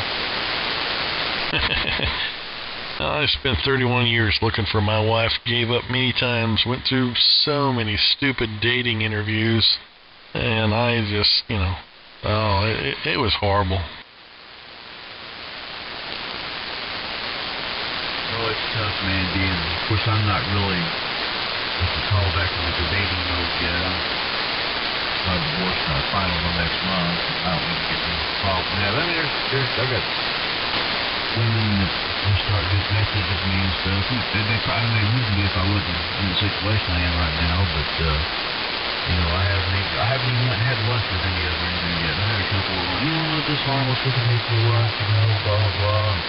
And I was always just, you know, kind of finding an excuse for right now. It's not that I don't want to, it's just that I want to get that divorce over with first before I really do anything like that. I said, I don't mind to visit with you and talk with you on the phone, but, you know, I said, I'm not really comfortable going, you know, getting lunch or anything like that just yet, you know. So that time will come around, and most of them seem pretty understanding. Oh, that's great. I got a friend of mine, his wife is an RN, and hey, I got a couple of friends I want you to meet. Anyway, when I told him, I says, I can't come over there. I'm sorry. I've got some issues with my health, so I can't make it over there. Well, is it okay if we give him your phone number? Sure, I'll talk to him. Anyway, we started talking to this one for a while. And I tell you what, the more I learned about her, the more I didn't want to talk to her. And it was like, man, we are so opposites. And when she got into the whole thing, she didn't come right out and say she was a liberal, but that's where it all went. She was a liberal, and that was, you know, off my list. And then one more thing was, she was what the heck was it? I can't even think of the dang name now, but she was an atheist, and I just don't get into that stuff. But well, so be it if that's the way you want to be. But A lot of that nursing school does that to a lot of them. Don't worry about that. That's something that I don't think I could ever do is date an atheist, because it would be setting me up, but setting the relationship. The relationship would be set up for failure, because maybe I don't show it real good, but I'm a pretty strong believer. I really am. I don't believe that way. So why would I even want to put myself in a position in a relationship that I know can't work? Because I could never ever. I don't want to be around that. I don't want to be around the negativity, basically, of it. So, that would be a deal breaker real fast for me. Well, that's the same thing for myself. But I asked her when she told me, and she says, "You're not one of those that don't like atheists." And I says, "Well, are you an atheist?" I said, "I got a good friend of mine who's an atheist, and I've tried to show him a few times God works every day, works miracles every day, and such." And he says, she says to me, "Oh, no. When I was going to school to be an RN, she said they taught us that none of that stuff was for real. It was all for people to believe in, so they were weak." And she made up all these excuses, and it was like, wow, can't believe you've got all this defense like this. This is ridiculous. You think they kind of tell them that in nursing school? Who knows? Maybe they did, because they want them to get off their little high horse of thinking that this could happen this way. I don't know.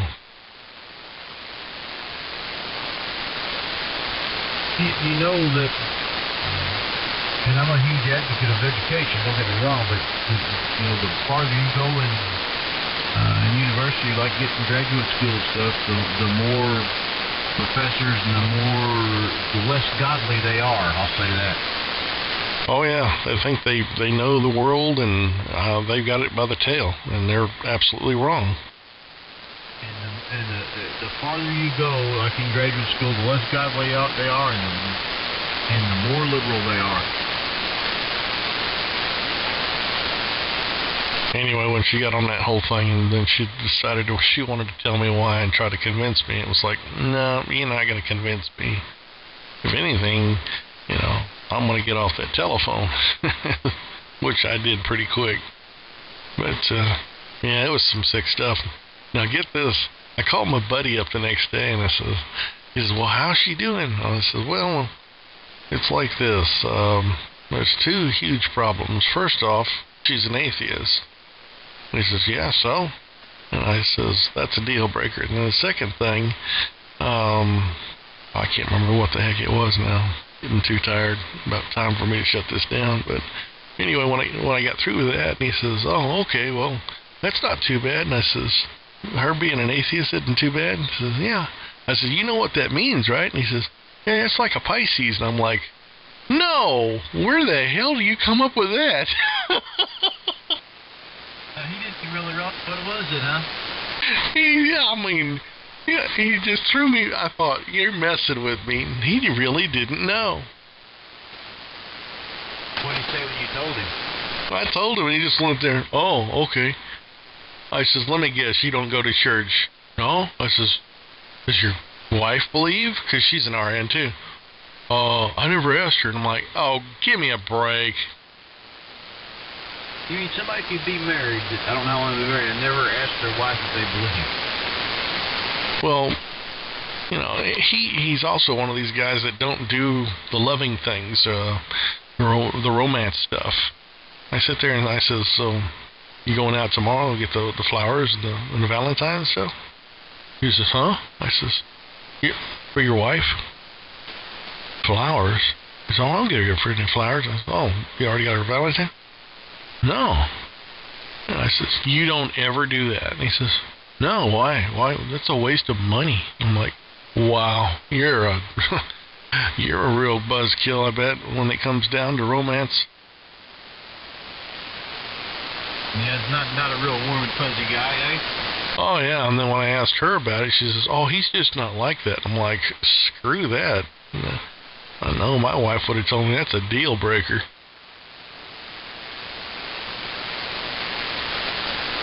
Oh, I always got deep in the romance stuff, always.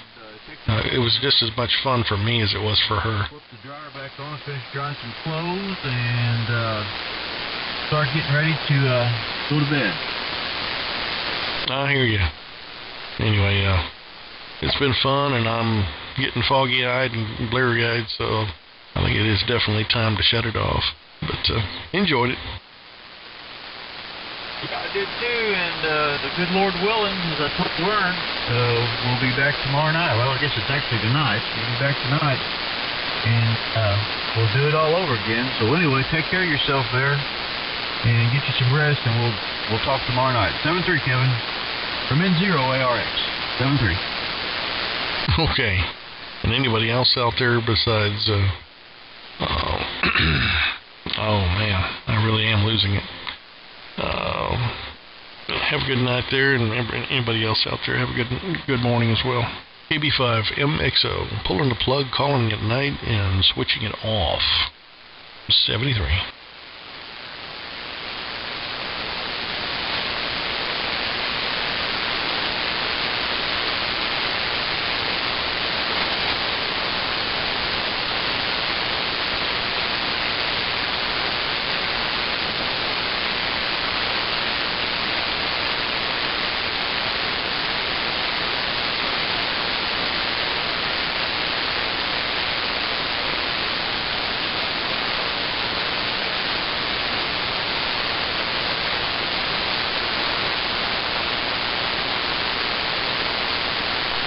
Listening, if you were a boots on the ground in Vietnam, you're eligible for Agent Orange settlement by the federal government. So anyway, I'm amazed that you were turned down or whatever, but go ahead and go after it. I mean, you're entitled to it. KI4THY, go ahead.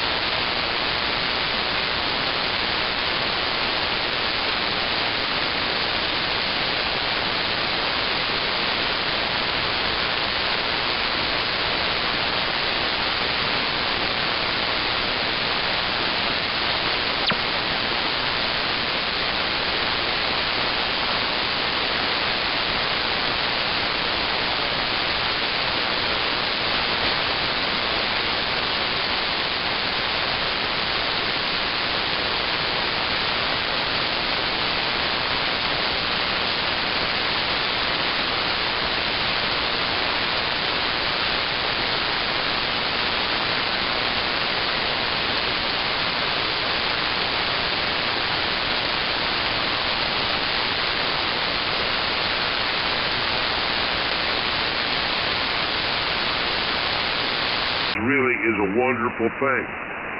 You know, anything that can do and impedes transformation and correct and cancel out the reactants all at the same time and do it with only 3 parts. That's pretty cool. Well, Raymond's right. That's what we do on this frequency very often, is discuss those things. And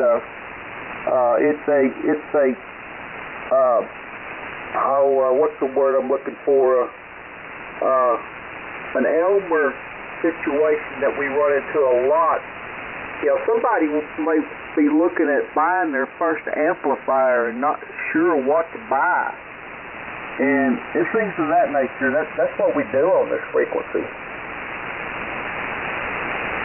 Well, why have the toys if you can't talk about them? Exactly.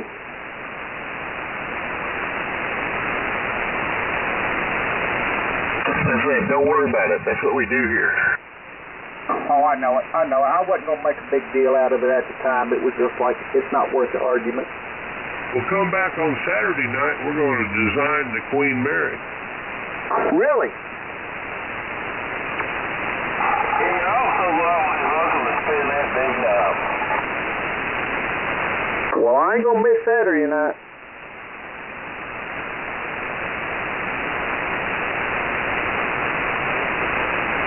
Well, if that becomes the subject of the night, by happenstance, we'll stand here and if we don't know how to do it, we'll figure it out as we go. And that's half the damn fun of what we do. That's why we hate it the world over. Man, if I ain't learning something, I'm stagnant. And what I like about this frequency, I can come down here and learn something, so I'm not stagnant. Well, he's got a 1200 over there, just like yours there, Mike. Everybody should have one. Well, he's thinking about redoing his cap board and going from, up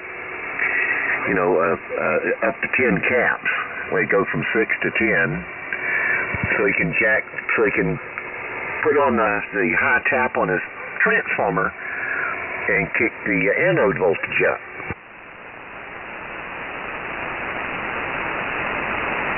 And well, that's the first thing you'd have to do. A little bit of a tight fit, but you ought to be, if you can etch PC board. You set up to where you can etch boards? Yeah, they've already got a board out there on the market designed and whatnot, and I already know somebody that's done it.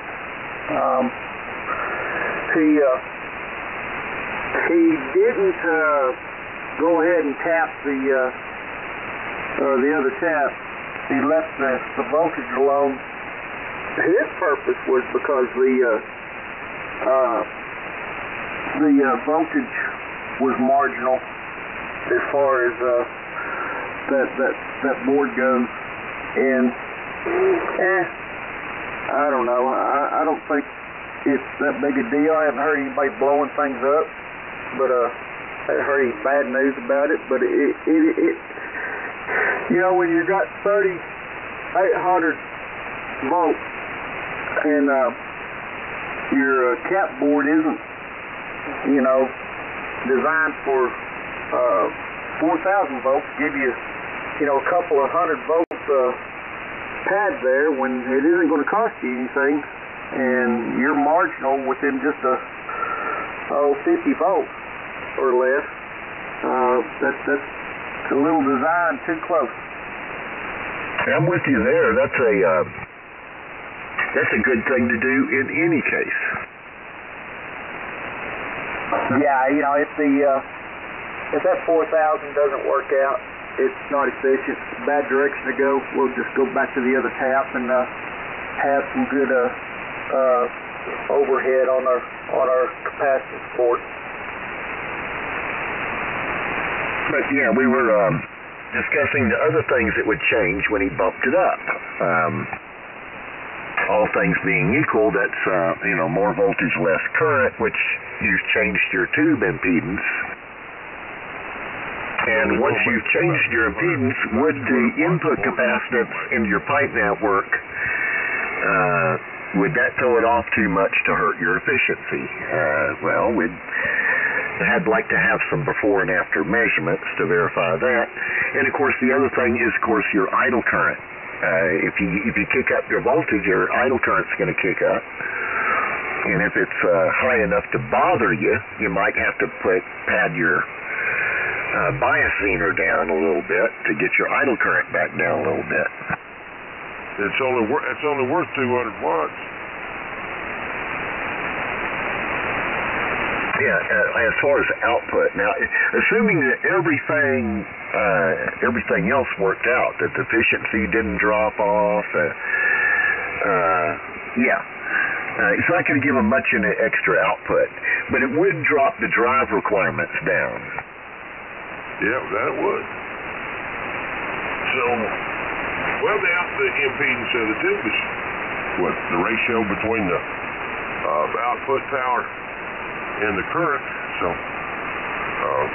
if you drop the drive and you still run the same output level, then you shouldn't have to do anything to the tank circuit unless that you've got any caps that's back there that's seeing that 4,000 better be rated for 4,000 or better. Anything and everything. Yeah, plate blocking cap, it would raise the impedance of the tube. All things being equal, you're going to be pulling less current at 1,500 out than you was before. Now, is that small increase in output impedance going to make that much difference?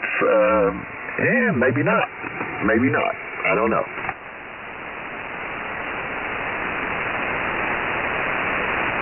No difference in dropping the... It's within usable range. It's no different than dropping the drive down and repeaking the load control. You're doing the same situation. Well, you still get to resonance, yes, but to give you an example, that amplifier that Ray's got, he's missing 75 puff. Now, you can still get to resonant. It still tunes still does okay. But he's only getting 60% efficiency, and he should be getting closer to 65-70, right? Now, on 40 meters, he's getting close to 70% because he's not missing front-end capacitance on 40. But on 75, he's 75 puff short. The same thing happens when you adjust your tube anode voltage. All things being equal, at the same power level, if you increase your anode voltage, you're going to be pulling less current, which of course raises the tube impedance. Which I would rather raise it than drop it, because it keeps the current from taking off on you. Yeah, it will draw, the full load 1,500 watts will come at a lower amount of plate current. That's correct. But it also means that the input capacitance of the pi network might be off a little bit, At a higher tube impedance, you wouldn't use as much input capacitance into the front end of the pi network. In other words, it's going to raise the Q of your pi network. In other words, it ain't going to hurt nothing. Well, if it doesn't raise it that much, you might not even notice it. Right now, off the top of my head, I couldn't tell you whether you're... So I thought, we'll do this. We'll load this sucker up at 1,400 watts and get that thing all dialed in to be right there at 1,400, and then we'll measure our plate voltage and our current, and we'll look at our output, and we'll calculate our efficiency, and after he makes his change, we're going to do the same thing, and we're going to see if our efficiency went up or if it went down. Yeah. And on the tuning, shouldn't hurt you on the low, but you ought to be able, ought to be within range on the low bands. Turn around and get you would be up on 10 meters. That you won't be able to unmesh that input cap and nut to get the circuit right. Yeah, one of the things you'll notice is that the load capacitance position will change. You'll have to use more load capacitor at the higher voltage than you would at the lower. Yeah.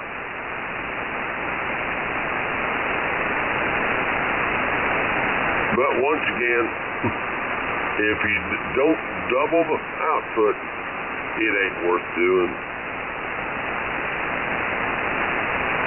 Yeah, I think all he's looking for is a little bit lighter drive requirement. Yeah, that's all I'm looking for. So Well, we you know, it's, don't have to have but it's a safety valve drive damn thing. as it is. Unless you want to run a QRP rig or something into it. With 100 watts of drive, it's really, you got to screw up bad to hurt that 3CX 1200 with 100 watts of drive. They get up and they'll rip and snort with 125, 130 watts, driving into them. But, all your fudge room, the more drive you put in it, the less operator friendly it is and more critical the tuning becomes. It's a real sweet, even I can run it, amplifier with 100 watts drive. It is really set up in the sweet spot. I mean, you have to admit, as far as its operating conditions, how they set it up, it's pretty much ideal. Nobody's going to notice the difference. The other thing, the amount of extra couple hundred watts, nobody would notice the difference. Well, that's just it. You're not going to use that extra couple hundred watts because that's going to keep you on over legal limits. You want to keep it down. That's you get a little more headroom, but with less drive. Well, if you backed it off from 15 down to 13, the same thing applies. Once you got to load it up, you backed off your power control and backed it down to 1300. Again, nobody would notice the difference.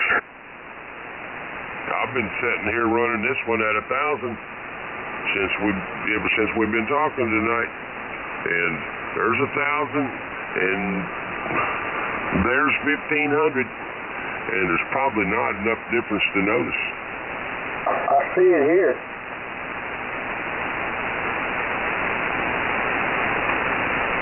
Maybe half an S unit at the most. Yeah, you had to look at the meter. There's a little bit audio difference, not much. I'm agreeing with you what you're saying, but it is minor. I love it when there's an audio difference. On a single sideband transmission, that's all there is audio. This is not AM. So I always find that a funny comment was that, well, yeah, your signal come up, but your audio didn't change. Well, guess what? The difference is, the reason you're either hearing or not hearing it is due to the receiver AGC system.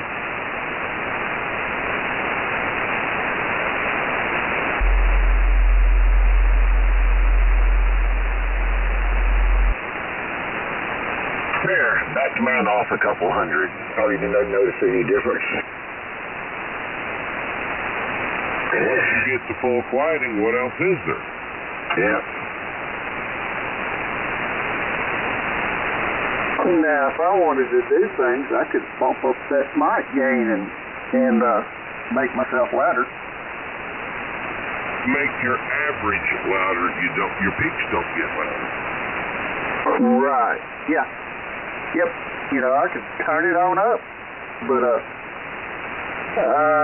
things are better off right there. Yes, sir. You sound nice. You're loud, you're clean. It's the way it's supposed to be. That's a Roger. But as far as the cat board change,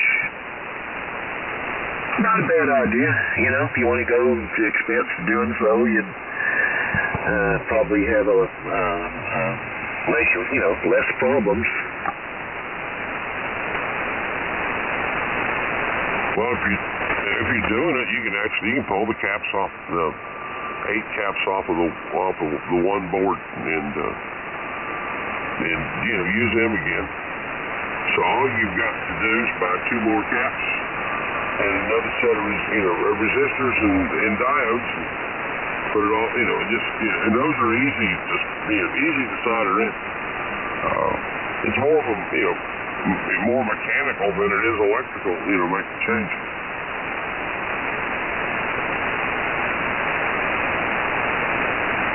This one, my LK500, they put 9 caps in it. They just got the one extra. You're kind of engineer, huh?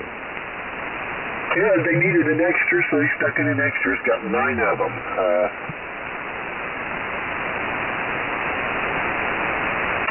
It also runs close to 3600. Yeah. Oh, and I'm sorry, I didn't get who's the other guy with the 1200? It's me, Jack. Hey, Jack. Don't worry about what the voltage reading is on the Ameritron amplifier.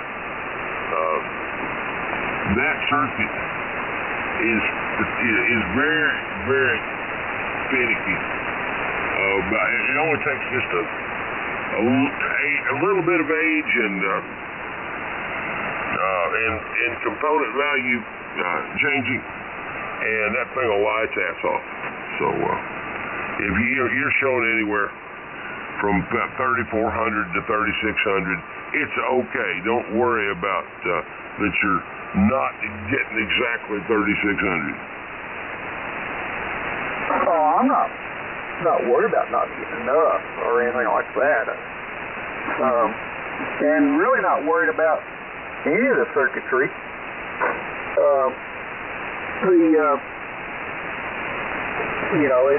The capacitance is marginal from what I've been reading on it,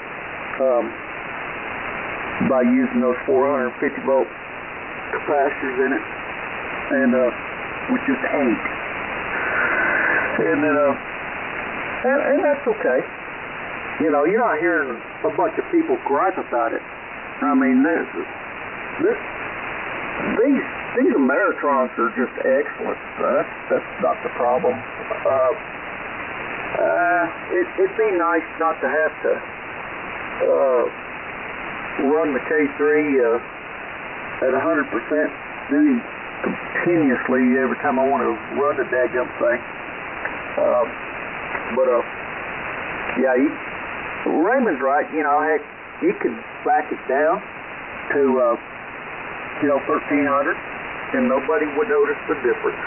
And man, there's too many times when you've got squirrels in there, and bad conditions go on, or up and down conditions. It's profitable, and you get you a good, for our purposes, a good antenna that goes straight up and comes back down to where we cover Texas, Louisiana, Kansas, New Mexico, Oklahoma, pretty good, which is that's exactly what I do. Cloud warmer, and with this loop. So efficiencies are, man, that's what this thing's about. Playing with this stuff and keeping it all running. This one, the serial number is 304. So it's one of the newer ones, one of the old first ones to come out. I'm going to say probably the first year and a half, somewhere in that bracket. And I don't know. I'd like to know when it exactly came out, but I can't find any of these CQ stickers that have a date on them. Dadgummit. They didn't put any dates. But that's the way it is. But no, we're just not looking to run, 1900 watts. That's no. For the same purpose that you have a QRO amplifier, 2500. Man, that sucker will do, 2800 watts. No sweat. But you're not going to be running around doing that. And you'll be having somebody knocking on your door, pulling your license and confiscating your shit, Yeah, that's not cool. But, yeah, we're wanting to make things run a little better. And it's a hobby, it's an experiment. We're going to experiment and see what happens. And, I don't think it's going to go up in smoke. But, every time we take her and play and go inside, we learn something new. And Raymond teaching me something there. So that's why I popped up on frequency and asked him about it. And he's right. It's just laws of physics. Every action has an opposite and equal reaction. So anyway, we need to look at what's going to happen when we get through. We may have to do some other minor padding and whatnot in the system there. KD5DYO.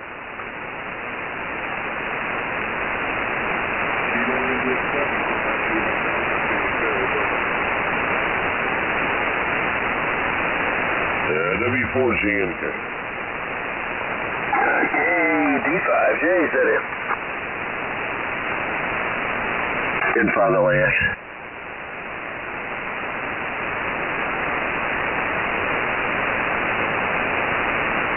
Anyway, enough about the power supply.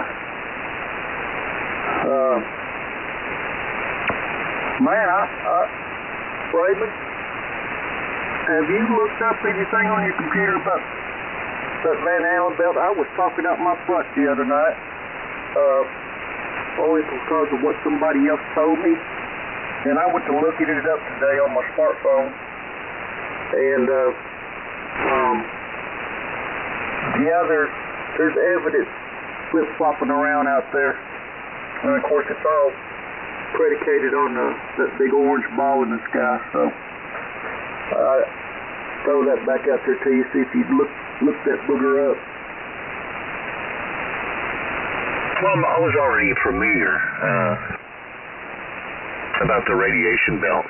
There's orbital mechanics and solar activity. It's to a lesser extent the background cosmic radiation, which interacts with solar activity. Yeah, with that magnetic sphere and so on, it all interacts together. Well, no, the Van Allen belt doesn't affect climate much. No, what I was talking about, the cosmic radiation, is that when the sun is really active and it's throwing off a lot of coronal mass, the solar wind is laden with all this coronal mass that's being thrown out there, and it creates a fog of ejecta out there that surrounds us and heading outward toward the outer planets. That's a lot of material, and incoming cosmic rays get intercepted by this material. Now, the rest of them reach the Earth, so it reduces the amount of cloud seeding for those high-level cumulus clouds, so you don't get as many of them, and the Earth gets less reflective. The albedo, what they call the reflectivity of the Earth, is decreased, and so the Earth warms up a little bit.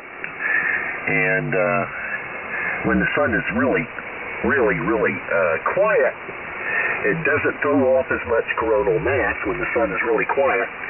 And so over time, this cloud of stuff dissipates. So, as it's headed out, it gets thinner, thinner, thinner. So leaving the Earth more exposed to incoming cosmic radiation. So you get more high-level cloud seeding. You get more of those super high-altitude, high white clouds. And those are very reflective, reflect a lot of the sun's radiation back away from us. And the Earth cools off a little bit. And now the cosmic background radiation is also not a constant. There's times when that waxes and wanes a little bit. But it doesn't change a lot as far as the average goes. And so that has a small bit player. The other one, of course, is the orbital mechanics. The sun gets drug around this way and that by the pull of our gas giants. And we use the same thing to detect planets orbiting distant stars. We look for the wobble in the star as it's being drug around by the gravitation pull of the planets around it. And by the star wobble, we can detect the planet. When the sun is, if a star is headed toward us, it blue shifts. If it's headed away, it red shifts. You can see the spectra. You can measure the speed, and with that, we can detect the orbital period of the planet if it's going around it. And by guessing the mass of the star, you can guess how big the planet is. Well, our star does this very same thing. So its central location is not a constant. It gets drug a little bit this way and that. So sometimes the northern hemisphere is a little closer than the summertime, and which will put it a little bit further away in the wintertime. So the northern hemisphere gets a little bit more of an extreme. And then if the opposite happens, the temperature variation is moderated a little bit. So as far as I know, that's the only climatic variations we got beyond what they call the precession of the axis and so on, which is a lot longer time scale than I'm talking about, because have you ever looked at the orbital period of Saturn and Jupiter? I mean, that's what we're talking about. And sometimes they're lined up together and they're pulling the sun the same direction. Well, sometimes they're equal and opposite and counteracting each other. But our star is not a fixed location at our center. It moves around a bit. And when it moves, it affects our climate a bit. Yeah, most certainly does. Yeah, I saw something in the on the NASA Van Allen belt. If you Google that, I'm trying to find it again. And in '96, one of the shuttles did an experiment, and it was a long tether. And they were doing an electrical experiment. And anyway, the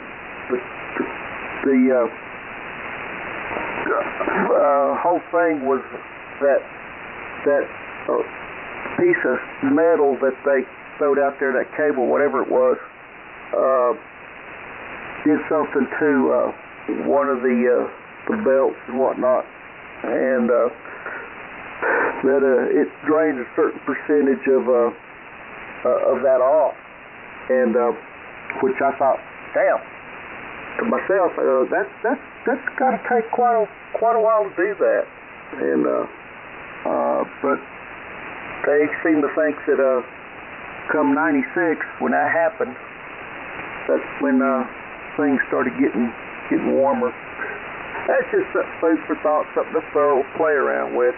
But anyway, there's a lot of variables that go in there, and man, that big orange ball in the sky has all the control in the world. if anything, they were just measuring an armature effect. And oh boy, if they had done that during a geomagnetic storm, imagine what they would have got then.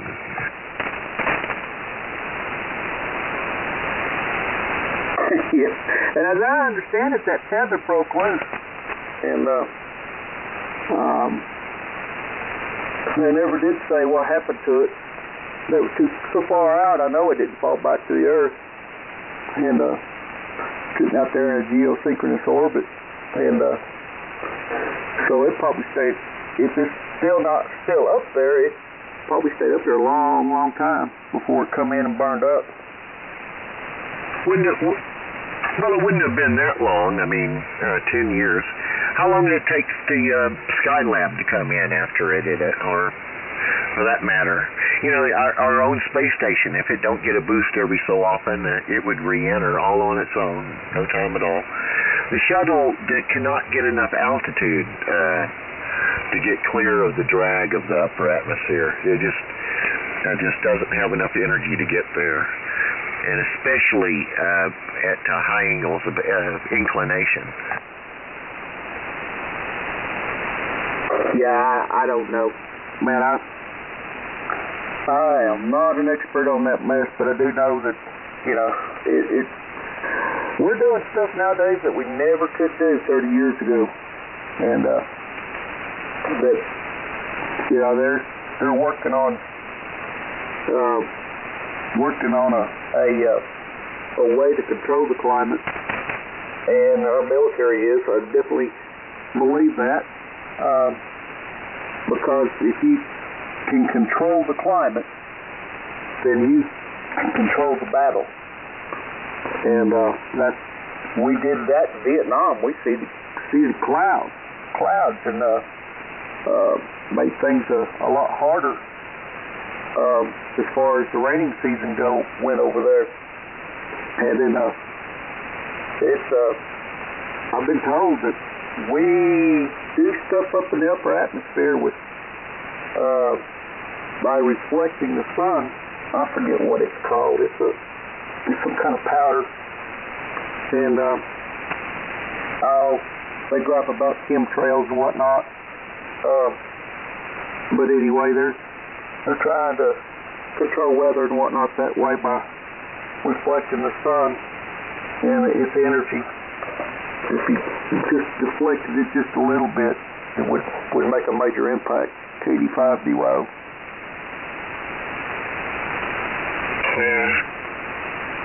To me that looks so pissant small compared to the requirements. I mean, look at the ozone layer. If you want to get your eyeballs open a little bit, look at the ozone layer and the orders of magnitude we're talking about. You know, the ozone layer, the high energy ultraviolet splits oxygen. It splits O2. So now you got two separated oxygen atoms. They readily combine with unsplit oxygen to create O3. When ozone intercepts a lower energy UV, it gets split again. The energy from all of this molecule splitting creates a temperature inversion, and the temperature inversion creates something called the tropopause. The tropopause is at 11 miles at the equator, and it gets down to like 3 or 4 miles at the poles. Above that, there is no convection, because this temperature inversion is like putting a lid on it. And to just give you the idea, some people say, well, the weather affects propagation on HF. No, I'm sorry. The tropopause is at 11 miles at the highest, and there's no weather at all above that. And the ionosphere is at 130 miles. So they're separated by a wee little bit with the ozone layer in between. And further left. Yeah. Oh, well, you know, I've heard this statement made, and I've repeated it myself. Whatever happened to the ozone layer, hole in the ozone, back in the 80s that everybody's all worried about, and, oh, you need to make sure you put on lots of sunscreen. There's no ozone protecting us, so on. And they had all these graphs, charts, and whatnot showing what looked like there was a hole up across the northern pole, and so on.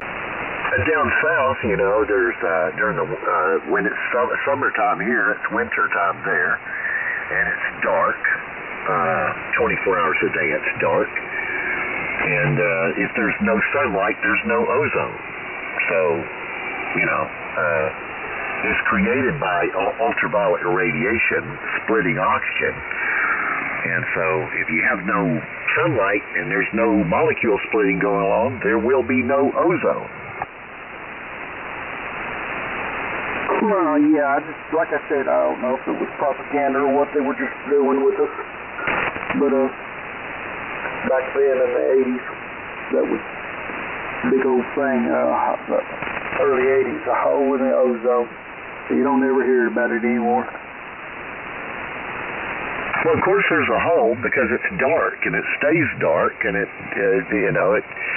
several months later, when the sun starts coming around, it starts making ozone down there. Well, there'll be ozone down there, but otherwise, if you don't make any, it'll be gone. Without sunlight, you have no ozone. Yeah, right. Remember them throwing that to us there back in the 80s? Well, back in the 80s, the DuPont patent for Freon was expiring, and so the way they were going to do that is, it's expiring, and all these guys are going to be able to make it and sell it against us. So DuPont, we make a lot of money making this stuff, and I know what, let's get it banned. Oh yeah, we'll get it banned and outlaw it, and then they won't be able to sell it, and so we'll make a new molecule. We'll make a new molecule. We'll have a patent on the molecule. We'll maintain our market, and we'll shut down the competition by getting the old stuff banned. I would call that operation a complete success, wouldn't you? Follow the money. Yep, that makes total common sense. As I said, high energy UV, it splits oxygen. It's O2, you split it into two, you get two oxygen atoms. The first O2 atom they touch, they're gonna combine with to create O3, which is ozone. And when ozone intercepts an ultraviolet of lower energy level, it gets split again. All this molecule splitting creates a temperature inversion, and the temperature inversion negates convection.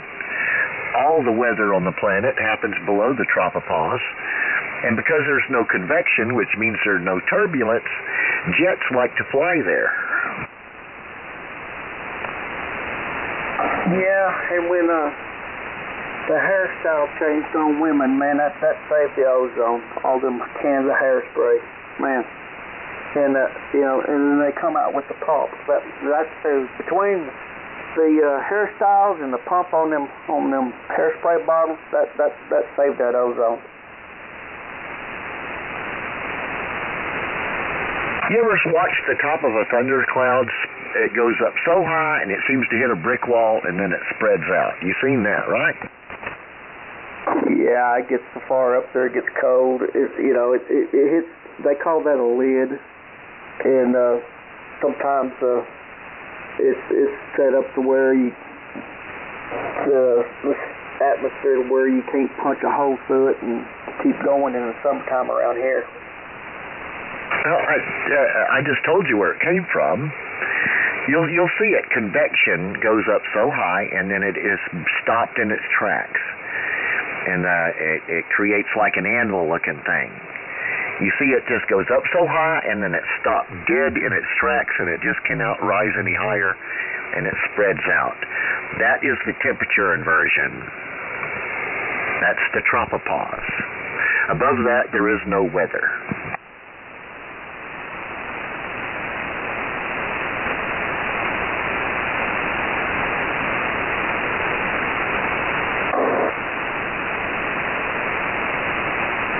Did I hear somebody in there? And this temperature inversion is created by ozone being continuously created and destroyed. It creates so much heat, it puts a heat lid on further convection, and that's what you see. When you're looking at that, top of that thundercloud, it goes up, and then it hits a brick wall, and it spreads out. It looks like a bullet impacting something hard. That is the tropopause. It stops convection dead in its tracks. Now I'm going to go make me some coffee. I'll be right back. Inside LS. Alrighty, Ray. Well, you go get you some coffee. I'm going to shut things down on this end. Take it to the bedroom, and I'm going to sit back in the bedroom and read study the extra class exam some more, and get ourselves prepared. And I got to get up at a reasonable time tomorrow, say 11, and go down to the gym and do some workout, lift some weights, then hit the pool, do some laps, see if I can't get myself in some better condition than what I'm in if I ever expect to go back to work. 17, you guys. I'll let somebody else solve the world's problems with you. KD5DYO, Texas Panhandle. Enjoy all the time visiting with you. I'm going. Roger. You know, the other thing you'll notice, by the way, is during periods of high solar activity, that's when you see the ozone alerts in these large cities. Because the solar output of ultraviolet is greatly increased during high solar activity. And of course, that's what creates some of these temperature inversions you see over cities. Because of this, the increased ultraviolet radiation from the sun will reach deeper into the atmosphere, splitting oxygen, creating this temperature inversion. And I know you've seen it, but it only happens readily under periods of really high solar activity. Obviously, that same ultraviolet radiation, by the way, is responsible for much of our ionosphere heating. We kind of like high output levels of X-rays and ultraviolet. We kind of like that because that's what wakes up the 10-meter band and 15 meters and makes the shortwave bands really good up high. So, we kind of like that increased solar activity. Thank you very much. Info LEX. No, I guess. See you. I'm going.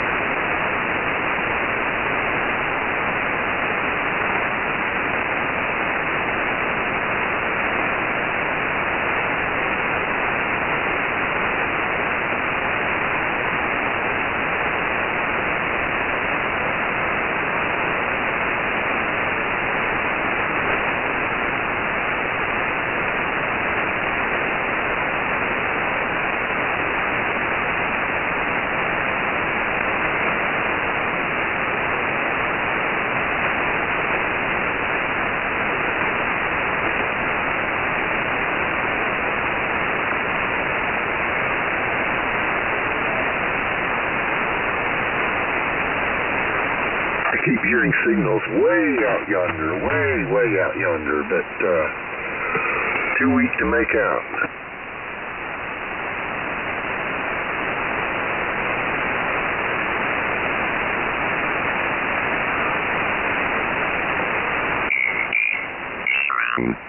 They were doing work. I don't know what they were doing, cutting trees or something, but of course they were blocking one side of the road, and seen a guy waving his hand for me to stop. Of course, it was on a stretch of about a mile worth of ice, and it just so happens I come up to about a 10 or 15.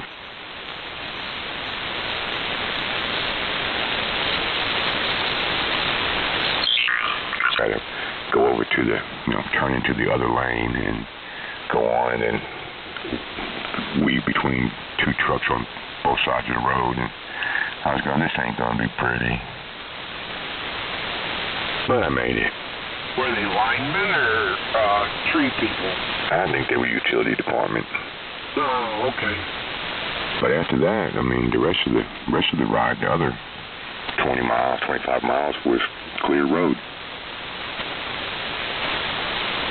No, we got up to 25 yesterday, wasn't it? Yeah, and the sun was out. It looked like it was warm, but boy, you step out, you think twice. Right now, I think we're at 22. We're at 20. This one weather station on Weather Underground says 14, but my temperature in the yard, which is what I, go by, is 20. But I think it got to like 36, 37 yesterday, and it was sunny, so it helped melt some of the snow. But when I got back home, I didn't get back home till, it was after 3. And it was still, some of the ice had melted, but very little. That last 2.5 mile stretch from the main road to the from Highway 309, then 2 miles down, and then half a mile I make a left. That ice hardly melted at all. I lied. It's 26. Feels like 17. And we got a high of 38. Ooh, yeah, I'm gonna put my Bermuda shorts on. See, we're gonna be 46 today and 34 tonight, so maybe there'll be a constant melt, and then tomorrow will be 50. So it's I think we're supposed to be 60 on Sunday unless they change it. So I'm hoping that will take care of all the rest of that stuff that's out there on the road. Yeah, they kind of dropped our temperature. 38 today, 39 Saturday, 42 Sunday, 46 Monday, and then the bottom falls back out. I'm trying to bring up my 10 day. I think it stays like 50s, upper 40s for 5 or 6 days, but that could change. Can't trust them other people. I was actually looking on a calendar, how many weeks I've been off and what time would bring me to 12 weeks, because my disability will run 13 weeks, so 60% for 13 weeks, plus they take out my insurance, so I'm good there. I don't have to worry about paying that out of pocket. So, actually the 24th is 1 week. I'd have another week before disability would run out that I could file for an extension, but so it works out pretty good. Well, that's good, buddy. Well, I'm here for it. Yeah, I appreciate it. Plus, she asked me about work, and I said, while I was there, they would not, after the other surgery, I said they wouldn't let me pick anything up. They would jump my butt if they saw me trying. If I was trying to bend over to get something, they'd stop me. She said, really? I said, yeah, they were really good about it. So she was kind of happy about that. So when I do go back, if there's any kind of restrictions, she's not worried about me, having any trouble with work, saying that I got to do it. But she did say, first thing I said, when can I work out again? Because it's been 6 months and it's just killing me. And I said, and when can I go back to work?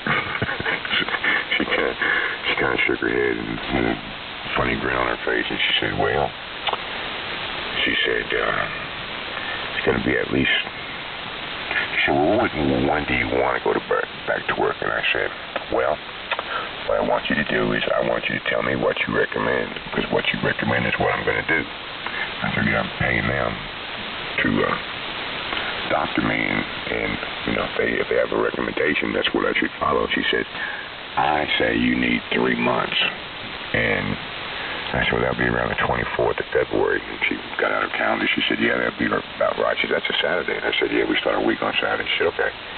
She said, we come back in on the 22nd, and we'll do another x-ray. She said, we might be able to put you on normal activity, but, you know, you really need about 3 months off. She said, because I know how you are. You're a go-getter, and you'll get out there and you'll overdo it, or you'll do something you're not supposed to do.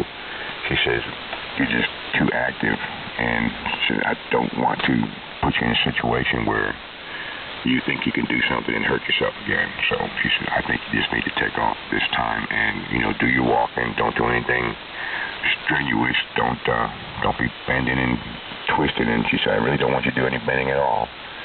I said, okay. Oh, okay, well, that's cool. I know yesterday I started having some chest pain, and nothing to take a nitro over. I couldn't go to that celebration of life for my friend's mom, and after, you know, Dad, Carl, and Elena, they went, and probably after that, I didn't have any angina at all. So it was all stress. That's all it was. I cannot believe it. I'm a wuss. I think I was going to say, do you think it was kind of like anxiety because you was going to go to this celebration of life, and you was kind of anxious about it, or didn't you know, in back of your mind, you wanted to go, but you didn't want to go? Well, you know, I wanted to go because, you know, we've been, you know, family forever, you know, and I wanted to see some of the people I don't see all the time. But all of a sudden, I just started having chest pains and tightness in my chest, and that's what it has to be. Elena's agreeing with you. So, I don't know, I feel good today. I felt good. They ate. They had at the celebration of life. They had food. Elena come home. They come home. They said, "Have you eaten yet?" And I said, "No, not yet. But I will take a bar burger." You know, we got that little tavern up the road here, right down here in town. They make some good burgers. So I had a burger and some fried mushrooms. Well, that's probably what it was. You know, Becky went to that thing for celebration of life for her dad.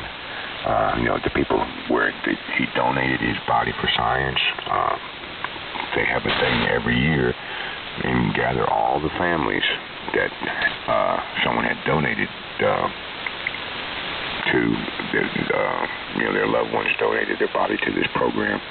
But she said it was really, really nice, and they had pictures up there of everybody who donated, and mentioned something about each one of them's life and what their donation went towards, and all the things that they got a chance to study on, and people that were helped by it. And she said that, you know, everybody knew it wasn't a dry in the house, and you know, that's kind of stressful. Oh yeah. You know, excuse me. I have a hard time dealing with death anyway. You know, I don't know what it is, and I don't care who it is. You know, just an acquaintance or someone of their, you know, family passed away. I just got a hard time dealing with death. I hear you. I'm the same way. I mean, I'll go to the functions. It's not my favorite thing to do, but I think the only person that I have the easiest time dealing with death is myself. I mean, I don't want to deal with anything, I'll be gone. But I won't have no stress about that. Yeah. But you don't, I was telling Elena, I don't, you know, I want to be cremated. I don't want, you know, to be viewed.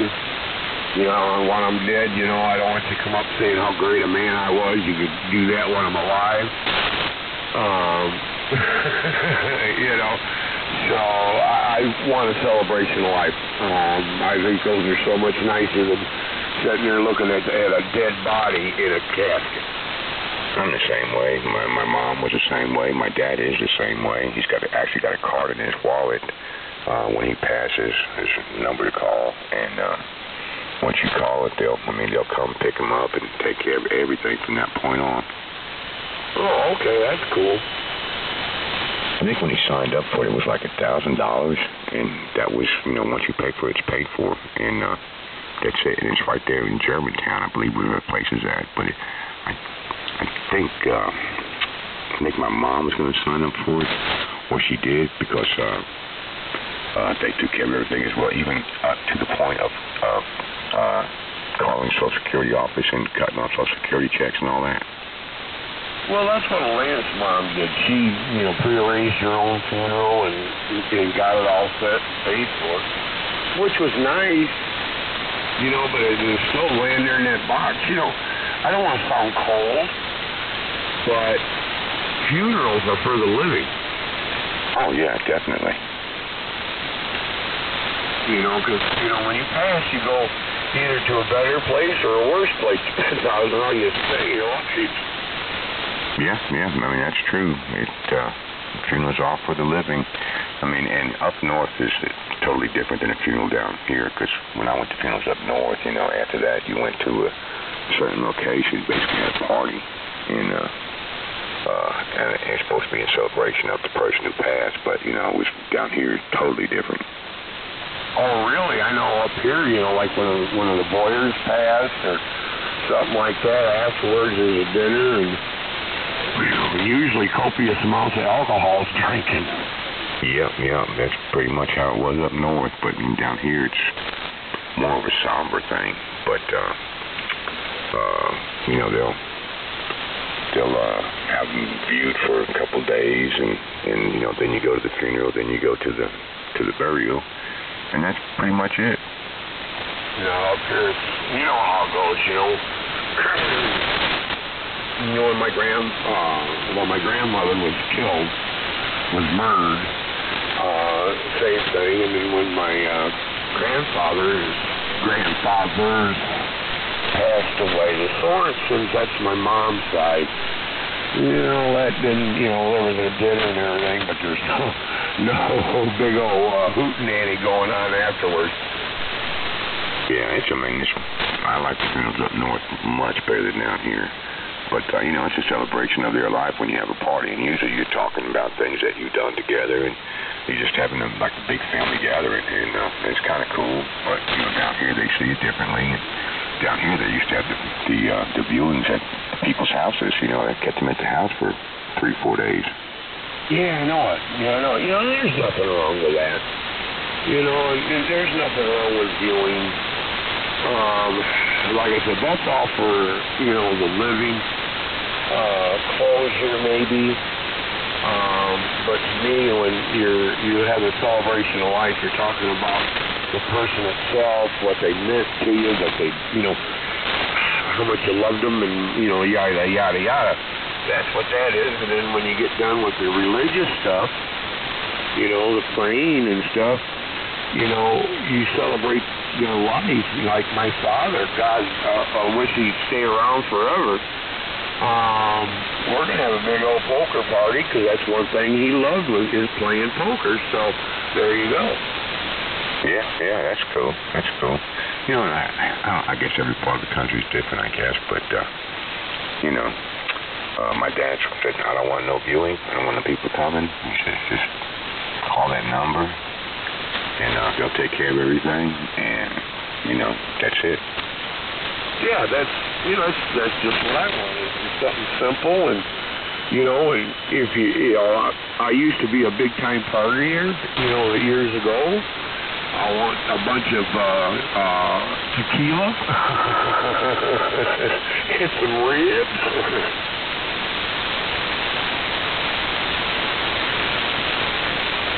Just a whole different thing.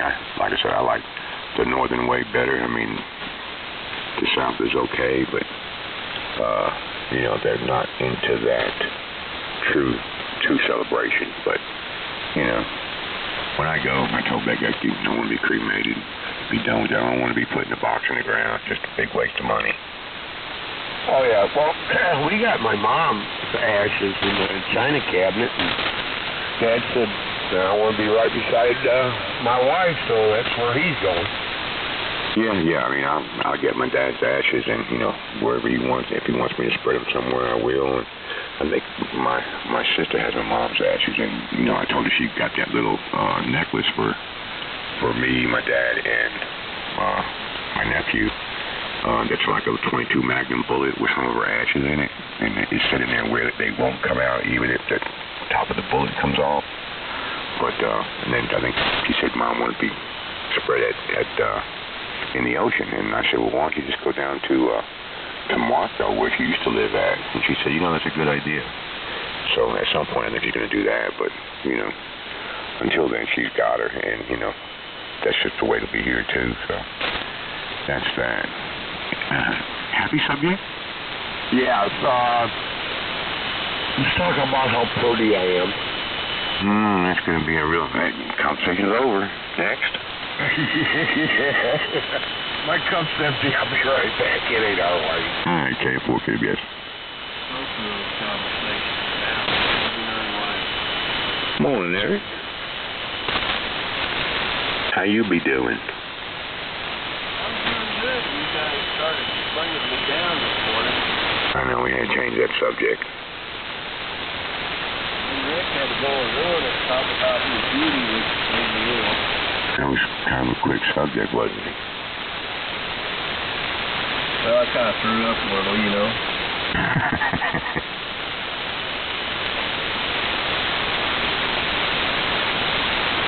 What kind of temperature you got over there today? 21.9 degrees. Man, I'm so tired of you northerners being warmer than us. Better than, was better than 11 yesterday and 0 the day before. Yeah, it just turned over to 21, so yesterday was 6 when I got up in here, and the day before that was 0, so it's a lot better, but, like I was telling Rick, I got 2.5 miles of road before I get to the state highway, and about 2.25 miles of that road was iced over still, so hopefully it'll be gone today. It's supposed to be 46. For my first ride out since December, first time driving, first time being out by myself, it was a little scary at first. What were you scared of? Sliding on that ice and running off the road and not being able to do nothing. Well, why'd you go out? I had a doctor's appointment. Oh, well, then don't worry about it. You made it, didn't you? Yeah. As soon as I turned out of the driveway, I said, ooh, maybe I'd better call up and cancel. But I said, no, let me go see how the rest of the road is.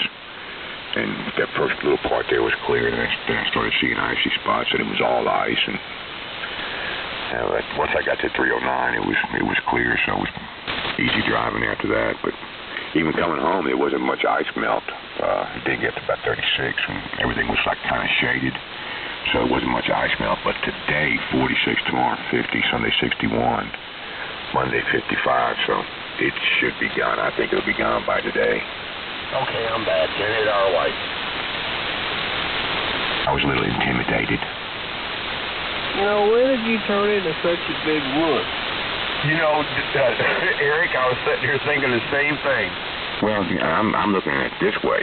My back's not healed. I can't do anything. I forgot my back brace. If I run off the road, I'm going to get jerked around, and that's going to cause issues. So, I mean, it wasn't because I was a wuss. I was worried about my back. What do you think, Eric? I think he's just turning into a big wuss. I think you forgot how to drive in the winter time. Oh, I mean, it was easy. I mean, my back was okay. I wouldn't have worried about none about it at all. But I slid one time and just let off the gas and straightened right back out. So, I mean, I was good. I knew what I was doing. It's just, you know, one of those unexpected things when a car comes by you and they slide, you know, what am I going to do? And why worry about the other guy? Yeah, why were they cutting trees or whatever the heck they were doing by the side of the road to have trucks on both sides of the road and leave you a a needle thread that to go through two vehicles, one on each side of the road. That was kind of stupid. Because they figured, first of all, what kind of idiot's going to be out here? This would be a good day for us to do our work and nobody on the road. You think?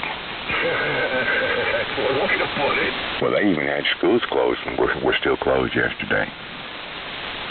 Well, exactly. There's nobody out there, so they could get their work done without being interrupted by people driving through. Yeah, it's all your fault, Paul. Well, you know, I went to that Lowe's store in Colleyville and got there about 9 o'clock, something like that. And I'll tell you what, when I pulled in that lot, I was going, I wonder where everybody's at. There was maybe 20, maybe 30 cars in the parking lot tops, besides the employees, and man, it was just empty in that store. And the day it did snow, when I went to my store yesterday and told them when I come back and all, and just saying hello to people, and they said that Friday when the snow came, there were 47 people out. Oh, you mean when the White Death showed up? Yeah. When the, talking about employees? Yeah, 47. Oh, man, that was a skeleton crew. Oh, yeah, but they said there wasn't much people coming in either, so, you know, I guess it worked out okay. But, I mean, that's a lot. Yeah, no doubt. And it was a Friday, so they had the weekend crew and the weekday crew there. Yeah, well, some of them, but, you know, usually Fridays usually have a lot of people at the store, but they said it was pretty dead, but they sold a lot. They've been selling more ice melt after that than they did, you know, before. It's like they waited to see if it came, and then they came and got it. But when I walked in the store, there was 4 pallets of ice melt as soon as you walk in the door. And I've got some here, and I really need to put some outside, but I don't want to put any on the porch on the deck, so I don't know what I'll do about that, but it'd be nice to go back out the front door.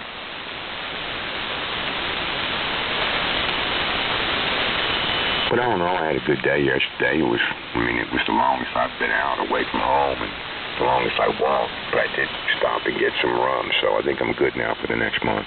Did you pick up a gallon of it, did you?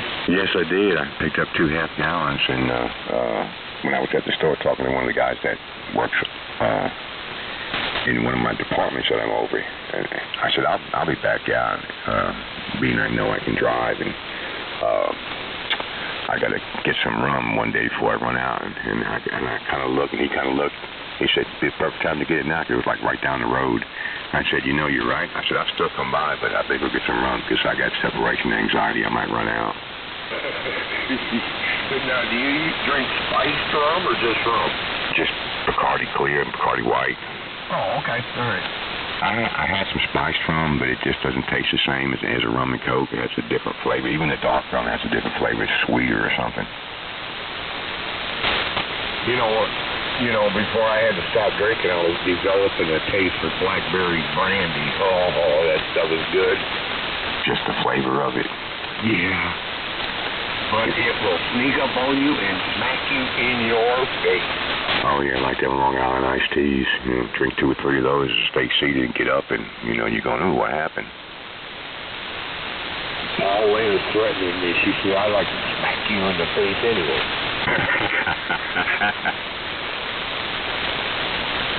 Once she gets started, she won't stop. All them years of build-up. I know, that's what I'm afraid of.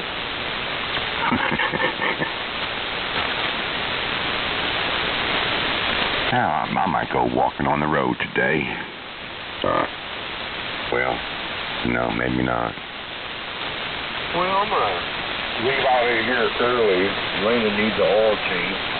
Because I'm going to go get that changed. She needs tires, so I already looked online. Discount is the cheapest up here, so there you go. I got new wiper blades that I have not put on yet. But I did stop to get some gas yesterday, too, and it was $2.22 a gallon. Ours is still like $2.70 up here. It's just unreal.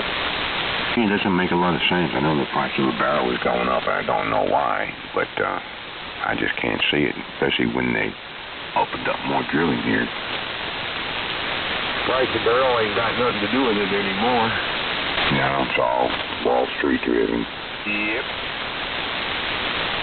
You working today, Eric? I work every day, Rick. You know, you're going to end up worse than I am. You didn't work on Christmas? Yeah, I worked on Christmas. At home? Christmas to New Year's off or something. Yeah, I remember that. I still worked. I mean, I still got things to do. I worked on eating. I worked on sleeping. I work all the time. Oh, God, I'm going to throw up. Are you working local or are you still traveling out? Oh, I still travel all over, Paul. Well, you gotta do what you gotta do. Better to have places to go than not. How many projects you got going on now? How many projects? Yeah. Just finished one. I got 2 left, but I've got service work every day. Gotcha.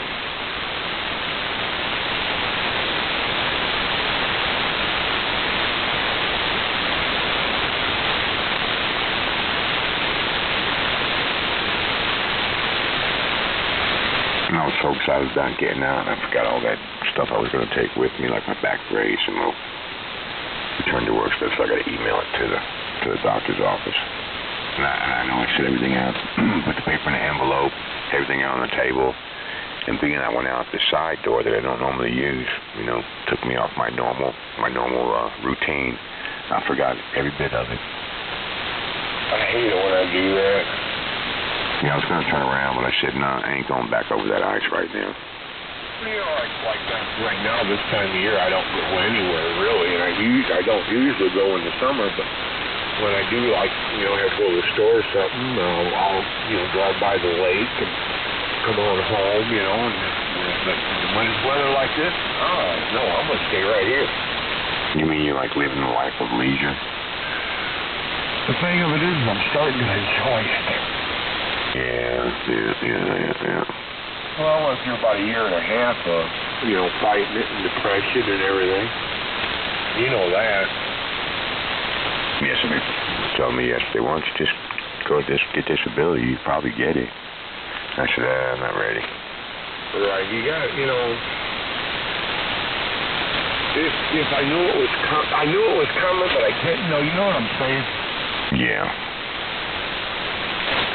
I don't like it, because I joke about it now. KB9YSX. KB9YE.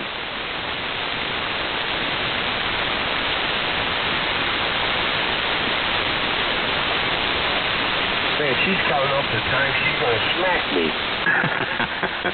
She said she's going to smack me 3 times for Eric and 4 times for you, Paul. Sweet. Eric, how many times you wanted to slap him for you? Many times as she can. Till she gets tired? Yeah. Man, I thought you guys were my buddies. Oh, Lord, here's one of those. The NOAA says Earth had its 3rd warmest year on record. Noah did? Yeah. Really? Yeah, but, you know, that's bull doo-doo. They only kept records for what? So far, maybe 125 years back, something like that, 130. I think Earth has been here a lot longer than that. Yeah, we double, Paul. What did you say in the beginning? Earth should be was here a whole lot longer than that. So, you know, that's if they keep their records. That's false reporting there. Yeah, I agree. You know, the Earth has always went through climatic changes, but, you know, they can work in numbers. Like I said, when I worked for Second Harvest, when I was doing a presentation or anything, I'd take them numbers and work them any way I want. They wouldn't be fake, but they would just be different order. Yeah, your interpretation of it, but, you know, and what gets me is they've already said that most of the temperature sensors have been moved to warmer areas of towns and cities. just so it would show a higher temperature. Eric wants to get back to slapping me. Yes. Yeah, let's get back to getting Elaine into slap Rick. I just have one question. How does she tell which end to slap? Because they both look the same. She thinks my butt's sexy. Oh. Well, she hasn't been out much, has she? Carl just come in here and said she's getting ready. She's putting Ben Gay on her shoulder and everything.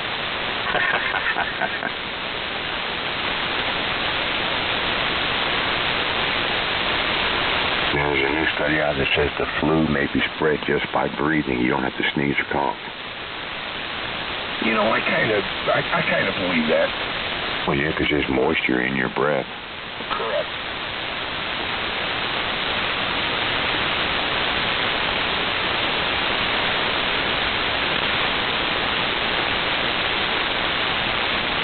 Yeah, there's more and more people getting that too, man. Oh, I know, and I guess that strain is really bad, Paul. I guess it's really bad around here. They say there's another strain coming too. Oh, no. That's what I've been reading anyway.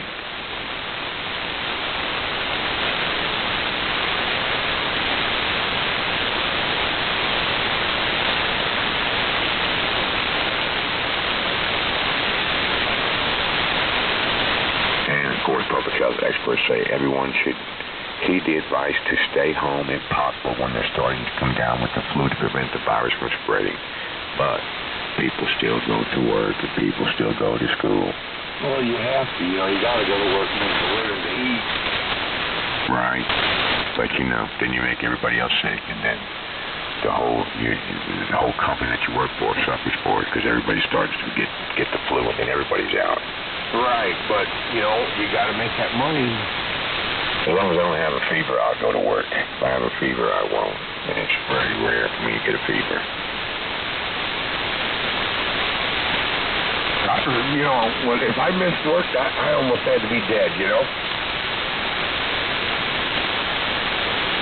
Yeah, I mean, I've gone to work pretty sick, but, you know, just not anything contagious, just feeling generally terrible. Like the worst thing is like having a sinus infection. That stinks to have to go to work with that, but, you know, most everybody does, but your equilibrium's off, you feel just wore out. You know, usually, Elena gets that this year so far. Knock on wood, she hasn't got it. Well, hopefully she won't get it. Yeah, she, you know, about usually once or twice a year, you know, she'll get it. And so far, like I said, knock on wood. Keep them sinus cavities moist, and most of that sinus infection stuff won't happen in the wintertime. Usually it happens between December and January when the heat's really blasted. Yeah, yep.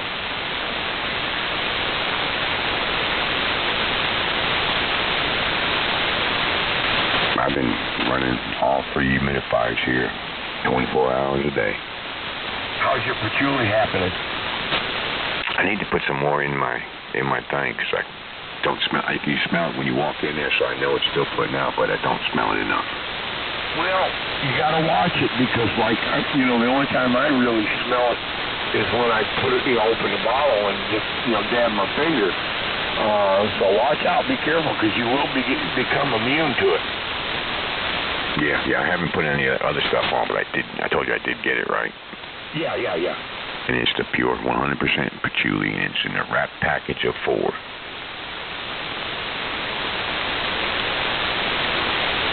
I gotta open one up and smell it. I want to say I got that patchouli spray that I had when I worked in the office, and every once in a while I spray some. I want to say I got it in one of them boxes that I brought home when I brought home my stuff.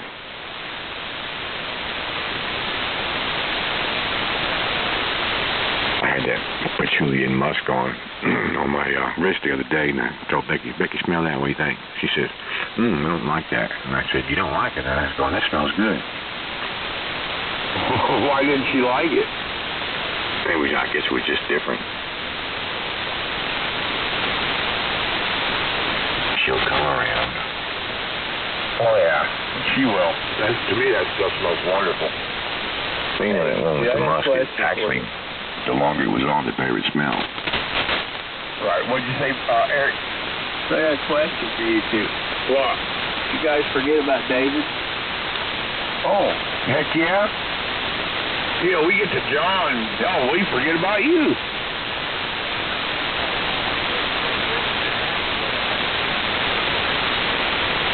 Cape okay, yes. N8RYE, and I apologize and let a clinker fall off.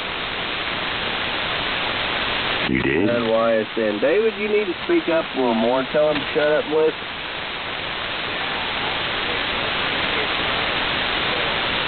We usually hear David when he talks, so we usually just switch right over to David. Yeah.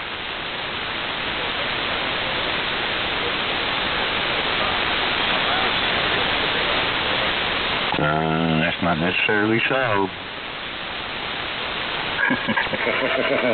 They're equal opportunity pickers.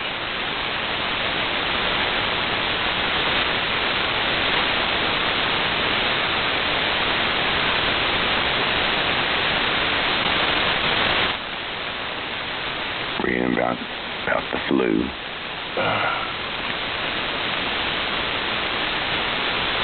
They closed down one whole school district in Texas somewhere for a week because of the flu. You know, it's never gotten that bad up here as of yet. But I know, I think it was South Haven, one of the hospitals up here stopped all visiting at all. Yeah, a lot of them are doing that and setting up tents outside. So the sickly ones won't go inside and pass it around. Oh, yeah. Well, you know, hospital's the easiest place to get sick.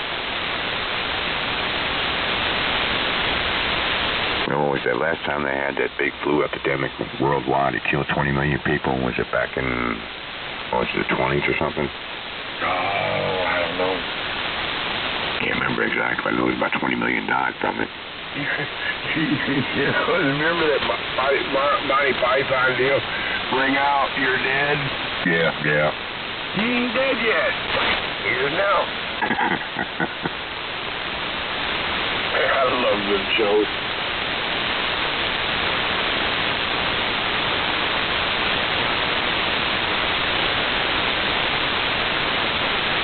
And now artificial intelligence can tell or predict with 90% accuracy how long you will live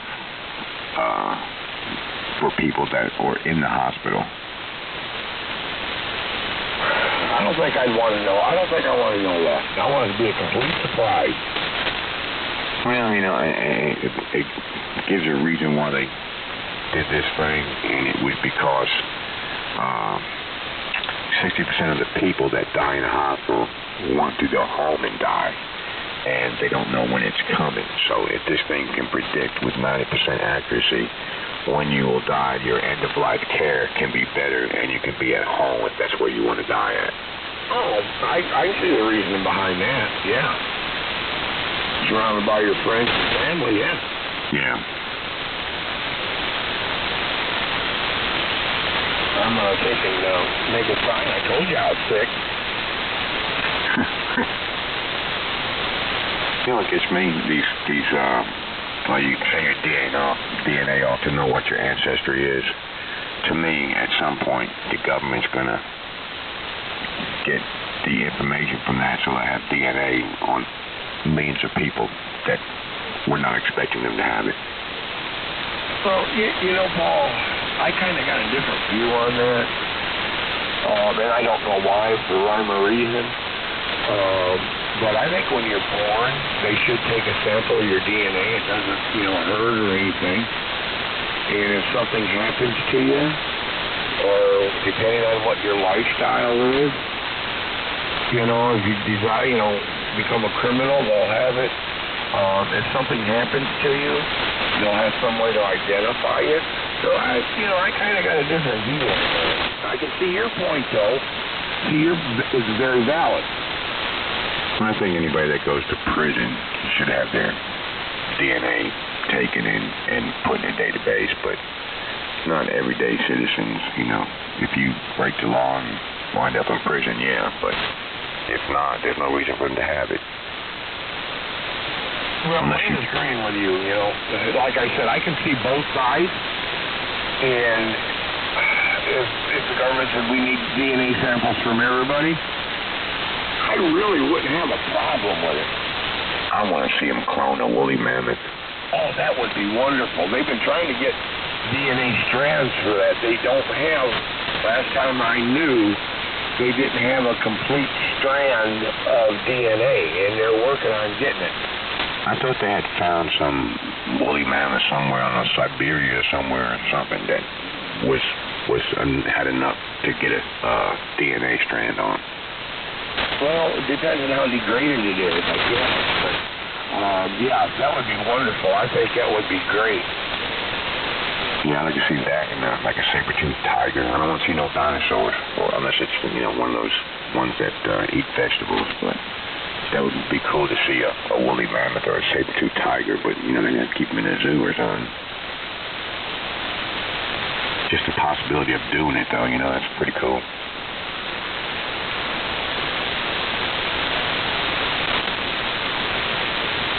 Oh, Lord. The group U2. The musical group. Yeah? No? Do what, I'm sorry? The musical group U2. Yeah, I don't care for them, but... Yeah, me neither, but in their new video, the KKK marches at the White House. Well, you know, they always try to get political crap going, you know? You know, and I don't understand why. That's just kind of stirred pot.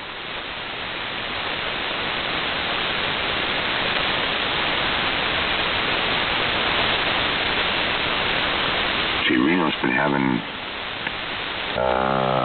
earthquakes, 230 earthquakes. They did what? Reno has been shaking for days, 230 quakes and counting. Well, maybe the big one's going to happen out there in California. Yeah, and then they can have that whole new separate state that they want. They can go, it'll fall off on those border lines. Yeah, then they'd be like Puerto Rico. You're not helping us enough. Well, you should have became a state, dummy. Now you can be a poop hole. Or you can be a third world country. Third world. Eric, David, any input on that?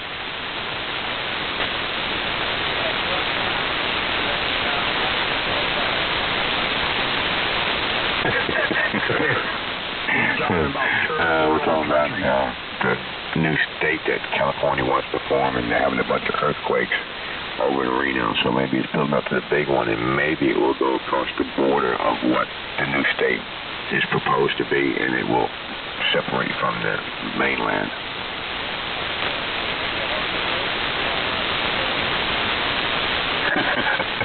I think everybody has your sentiment. Well, the thing is, it's the big cities, you know, it's the big cities that have all those liberals, and the ones that live in Northern California or out in the rural areas are not like that.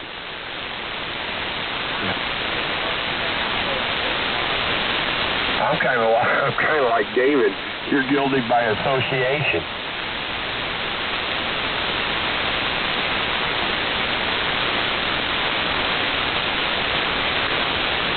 They got so many laws out there and so many restrictions, I don't know how they can stand it.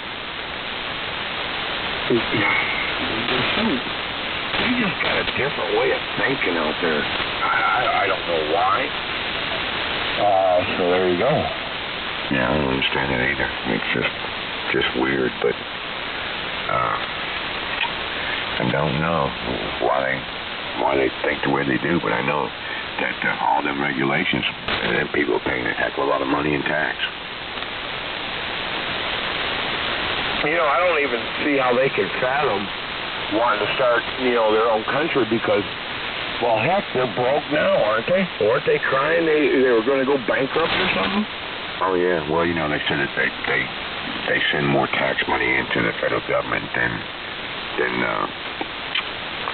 what was the word? Than they get back in different funding and aid. but I seriously doubt that. On paper, maybe they can make it look that way, but I seriously doubt it. And, as soon as all these fires and mudslides happen, the first thing they want is federal money. NRY, I'm going. K4 KWS.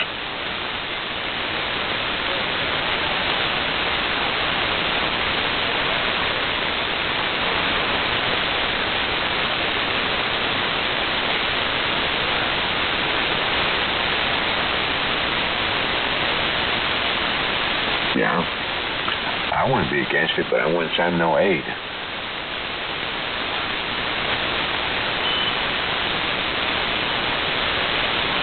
And why we send Pakistan so much money, I don't understand either.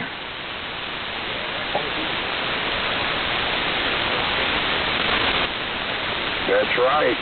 I agree with David. Well, I know they have nuclear weapons, but, they're a breeding ground for terrorists. They have terrorist training camps. They have sanctuary for them. Bin Laden lived, a mile from one of their military installations. That was kind of like West Point. They knew he was there. All they want is the money. If you want us to help you and fight terrorism, you have to give us this money, and all the while they're supporting it. Right. I've always been a firm believer, if you need help, economic, not even economic, we will send food, we will send equipment so you can drill wells or whatever, but we're not going to send you any money, because in them third world countries, all that money that we send over usually 90% of the time does not go where it's supposed to. A perfect example of that is Haiti. Yep. And even the supplies that were sent over there were held onto by the government. They probably got a lot of toilet paper and stuff stored up in their house.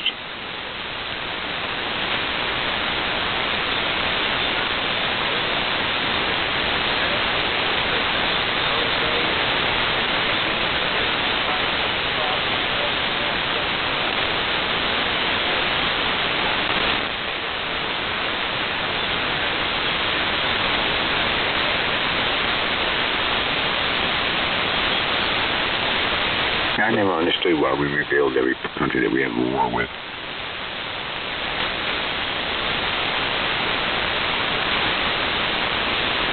Well,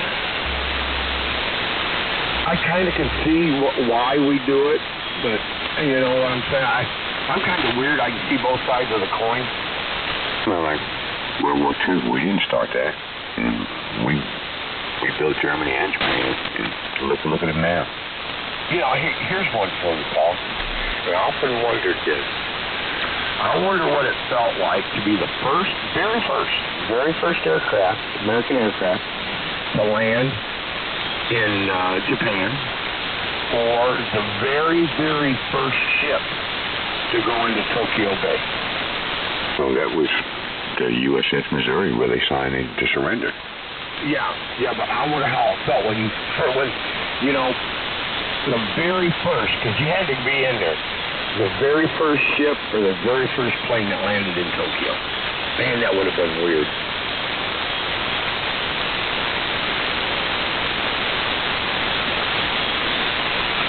Well, it's not like we didn't have any trade with them before the war.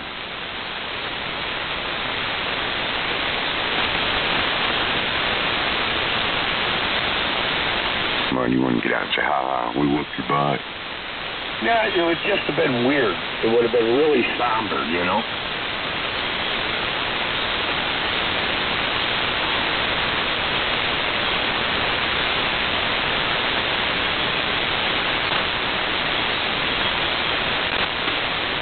think that was Japan attack was orchestrated, and I think maybe Churchill had something to do with it.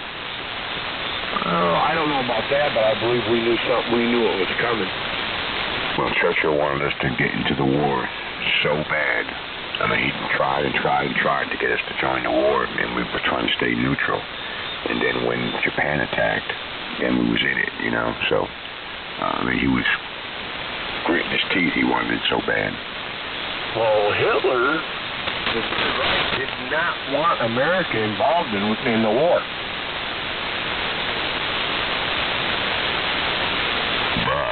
Churchill did, and he was kind of sneaky. Well, yeah, after, we had got involved in it, but, yeah, Hitler did not want us involved in that war because we'd have two massive fronts. Well, what got me was I read a story one time that England wanted the United States to pay England for the U.S. soldiers that were staying there. Yeah, I knew that. Crazy, isn't it? That's bull, Duke, you know it?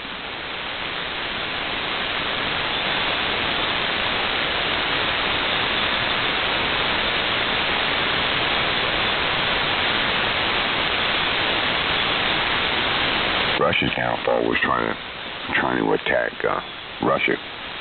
Yeah, well, if he didn't have two fronts, the Allied, our front and then the Russian front, I think it may have turned out different. Well, he thought he was going to go in there and just run right over them, but, once they got into winter and his soldiers started freezing to death and they didn't have enough food and clothing, and they had to retreat, that was the end of it right there. Oh, yeah. Yep. That was a big boo-boo. Thought it was going to be like Poland, France, and them. Yeah, just walk right on through there. Uh-oh. What? A boy faces felonies for killing 500,000 bees. Oh, I seen something about that. I didn't really pay too much attention.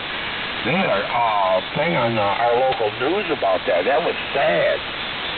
Things not open up, kill all them bees. It would be in a kind of a world of hurt because nothing would germinate. Yeah, he turned over all that guy's hives and stuff.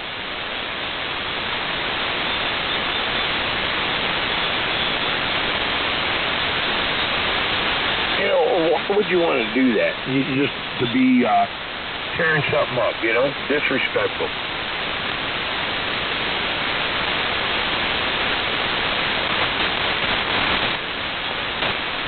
It doesn't make much sense. It just wasn't what they call that, vandalism.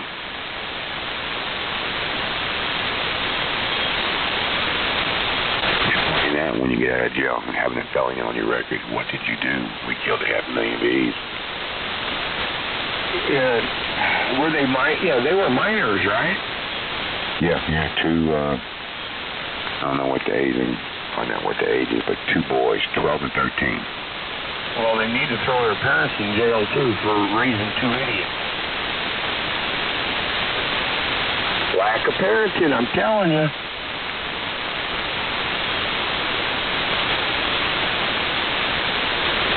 They even probably knew how to play a banjo. Must have been in Iowa, because this is from the Sioux City News. Yeah, there is a little thing on I just seen it. All them hives and everything turned over and all them bees. That's just sad, Yeah, and the people that had the bees, they had a honey business. Yeah. And I tell you what, those two families, they need to reimburse it. I mean, put some teeth into it. You got X amount of dollars to pay, and you got X amount of time to pay it. Yeah. You all going to jail. Oh, yeah. Well, it says there was $60,000 worth of damage, 50 hives they destroyed.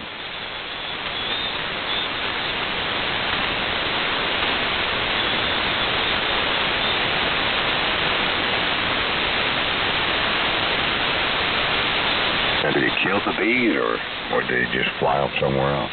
Well, a lot of them, they were dead because of the temperature. Oh, yeah, I see a bunch of snow on the ground.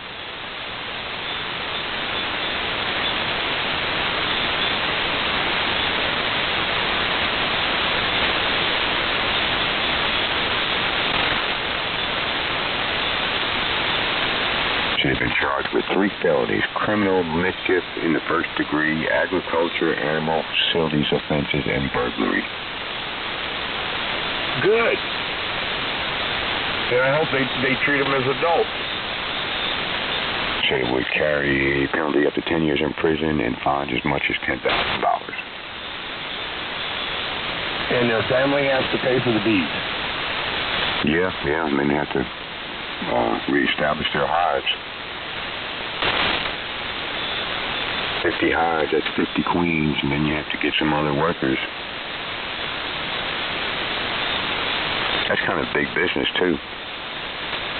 I was going to say, I know there's a couple people up here that ship truckloads of bees down south.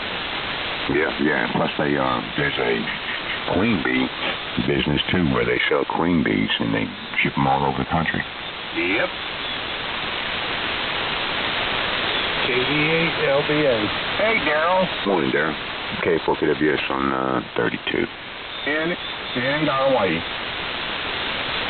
What's going on this morning, guys? That's about it. How you doing today?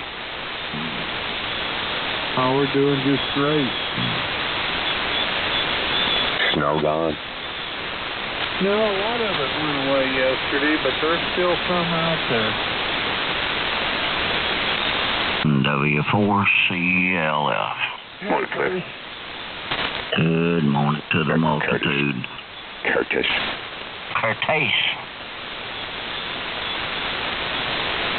Every time I hear CLF, I want to say Cliff.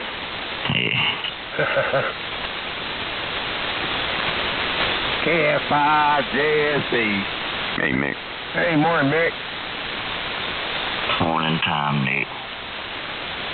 Man, I tell you what, mine's almost gone. That's my snow, that is.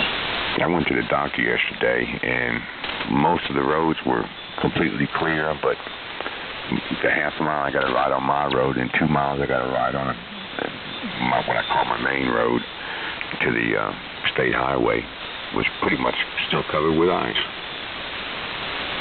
Yeah, right. Got school called off here today. Yeah, I think they had school closed yesterday because I went by there and there was nothing there, just a bunch of school buses sitting there. The outlying roads still have some ice on it, and I guess they figured they didn't want to get the school buses out there. No, the teachers wanted off to it. That's probably true. Oh, man, it's a big, long weekend. Yeah, they only worked one day this week. You know, I don't want to say I envy teachers, but can't you imagine trying to put up with a whole room full of disrespectful little kids? Then they go out and they turn over beehives. Yeah. I had one hive. I bet they wouldn't have turned over. Yeah, did you hear about that, Mick? I heard y'all talking about it just now. Talking about that, I seen 3 trucks go down the road with beehives on. Oh, yeah. That's big business. I know a couple of them that do it up here. Yeah, they'll ship their bees out to, like, orchards and stuff like that to work in the orchards, and then they'll box them up and ship them back to the owner. Roger.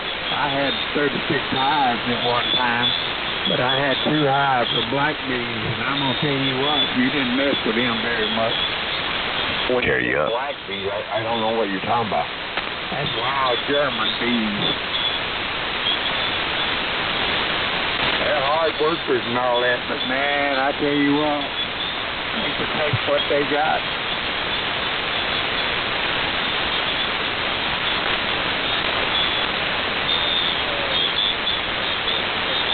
So does my fire ant. Yeah. You got that right. You need some? No, I got plenty to give away. What, these? No, fire ants. Oh, man. Rick needs some of them up there in Michigan. They're coming slowly but surely. There was some program that had them on it the other day talking about, when it floods, they create an island of ants, and they have ones that will be on the bottom and ones that will be on the top, and they'll stay on that island and float through the water of a flood until they get to some dry land, and they'll start coming off the island.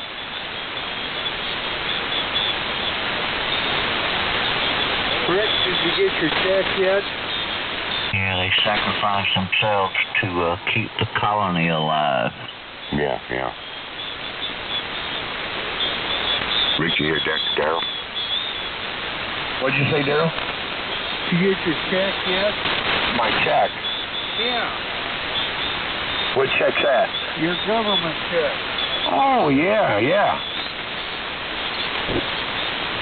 I mean, I get mine the way it looks. Why's that? If they shut down tomorrow. Oh, yeah, no, I get mine. My disability check comes in the second Wednesday. I didn't think that affected Social Security checks. Nope. No, it doesn't. Yeah, it's not supposed to affect that or the military. They just shut down non-essential personnel. I don't see nothing wrong with it. Oh, no. No, I watched C-SPAN last night till they resented. It's going to affect everything. Nah. What they said. Just like they did last time. Non-essential people didn't go to work, and then they got unemployment, and then when they went back to work, they got back pay. All essentials will stay operating.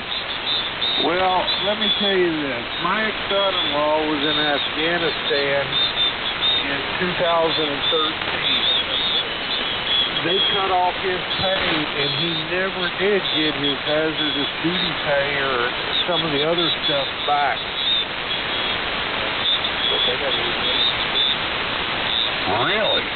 Really. And they made it real loud and clear last night. If they shut down, everything is shutting down.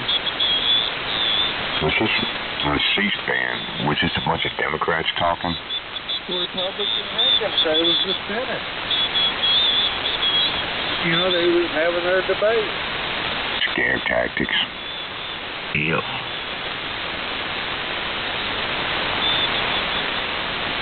When it shut down when Obama was president, it didn't affect any Social Security or anything. The only thing it affected was the non-essential. And my question is, if they're non-essential, what the hell we got them for anyway? Exactly. And if they do shut it down again, we, the people, need to get rid of every one of them that's up there. I bet them politicians get paid. Yep. Eric, it did affect the military. I know that firsthand.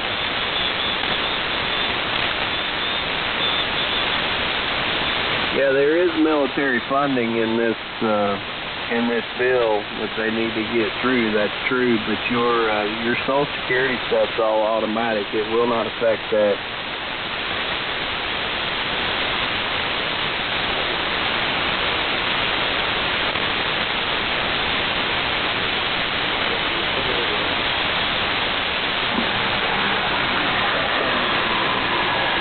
Well, Obama, he didn't want them to be winning any war over in Afghanistan anyway. That's probably why they didn't get paid.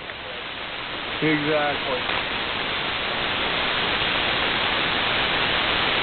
KFI-KSC on about the 40. KB9YF. KD8LBA. Weren't you supposed to go to the doctor down yesterday or the day before? Yeah, they called at 9 o'clock Wednesday night and canceled it. Okay, did they make you make an appointment?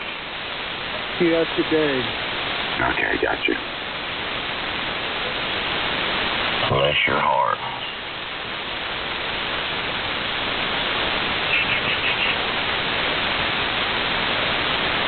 My audio keeps cutting off for some reason.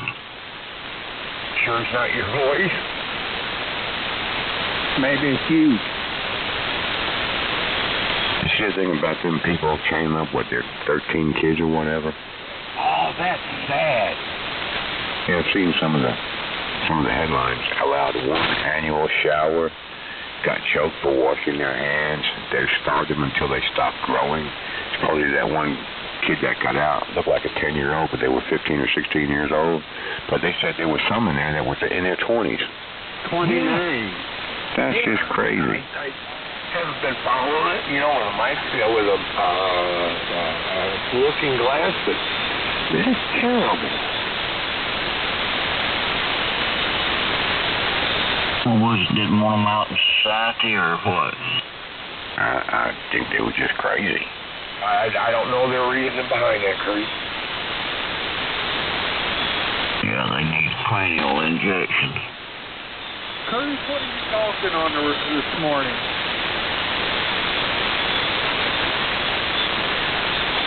He can't hear either. Curtis, you hear Darryl? Oh, yeah. He asked you what you was talking on. Double. FTDX 3000. Oh, it sounds really good.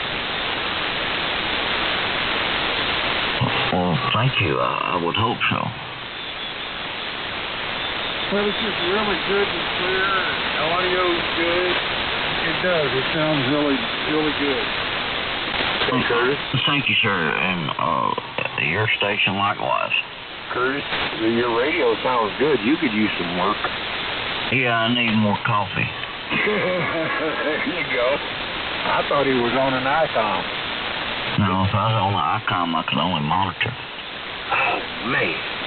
It had to be a Yates, Nick, that's why I asked. Hey, Roger.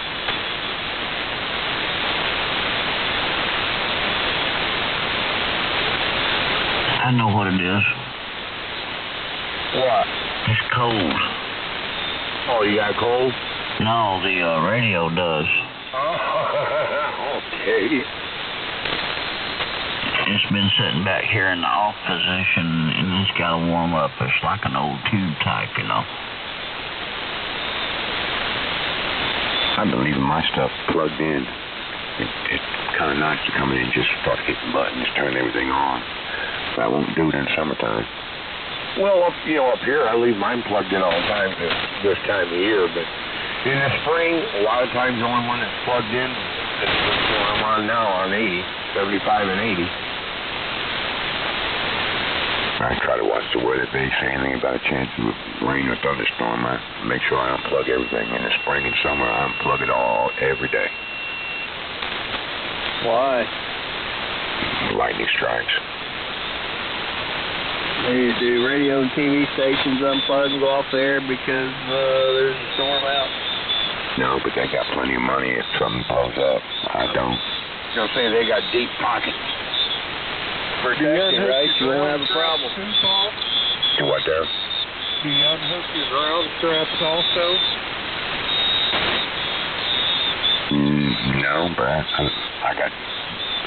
think I got my shelving ground out. So if I got anything, well, yeah, I got hooked to the amplifiers, but my grounds for that are outside this window. They're not attached to the antenna or antenna tower or anything.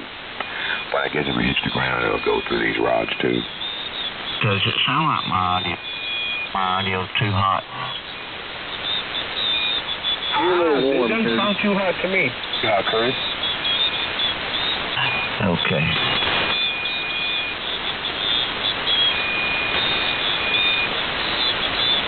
Sounds like you always have. Real good.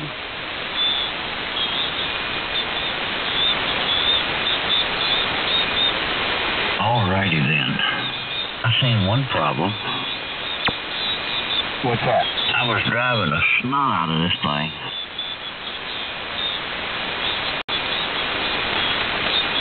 Rick, have you heard from your neighbor lately? My neighbor? Yeah, I haven't heard him on the radio in a while. Oh, you talking about Jonas? Yeah. You know, he was having problems with his amplifier cutting out, and he had somebody fix it, and it still cut out. So that's the last time I've heard him.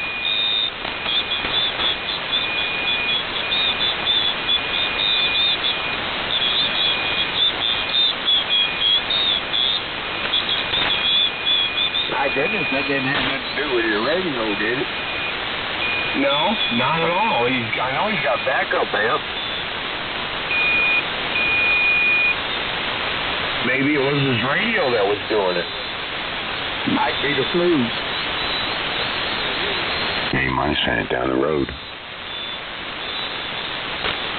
Yeah, he could have taken it over to man.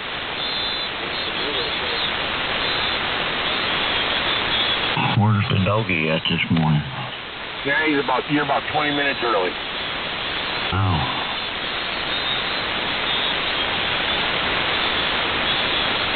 He's not allowed in until 5 o'clock. That's his own restriction. I hear somebody trying to check in, guys. It was David, I believe. Yeah, I gave it up to Knox. Hey, Mikey. Hey, Mikey. Morning, Morning, Mikey. Mikey. Morning, David.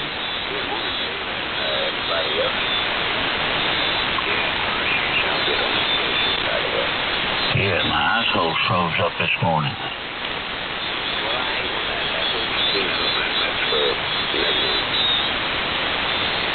Yeah, the rabbit hole.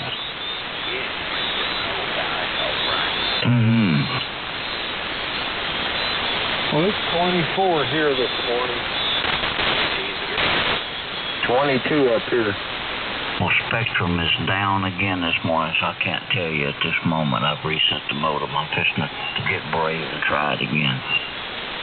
21 here this morning, so it's 20 degrees warmer than 2 days ago.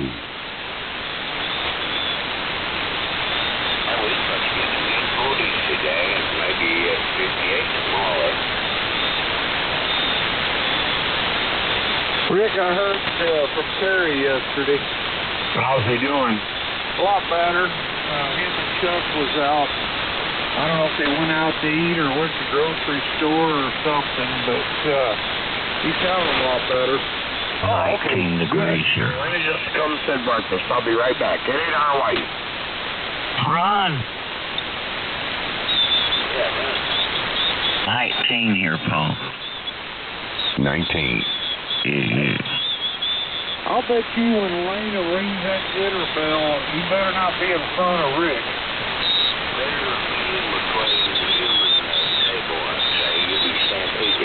Let alone him in the fort, you'd be plucked. And he starts drooling when he hears the bell. Man.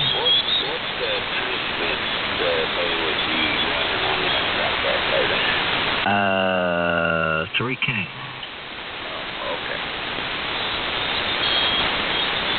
But with a rat gear, I'm probably somewhere around 32, 33, something like that, probably.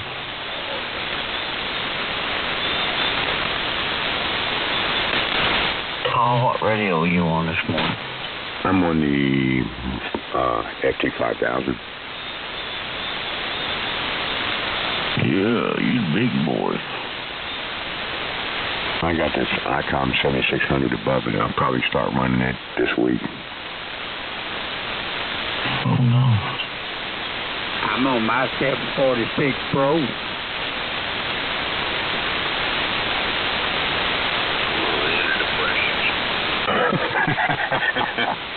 I need to be on them. 18 degrees down here at Apple, Mississippi. Bless your heart. We got a warm spell coming, Mick. Yeah, I'm looking forward to it. 60 degrees on Sunday, be short sleeve and short weather. You got that right.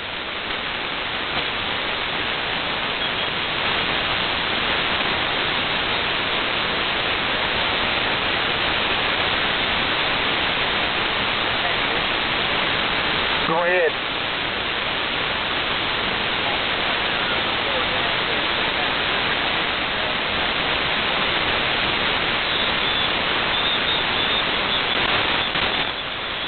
Put that on our, what, 27th?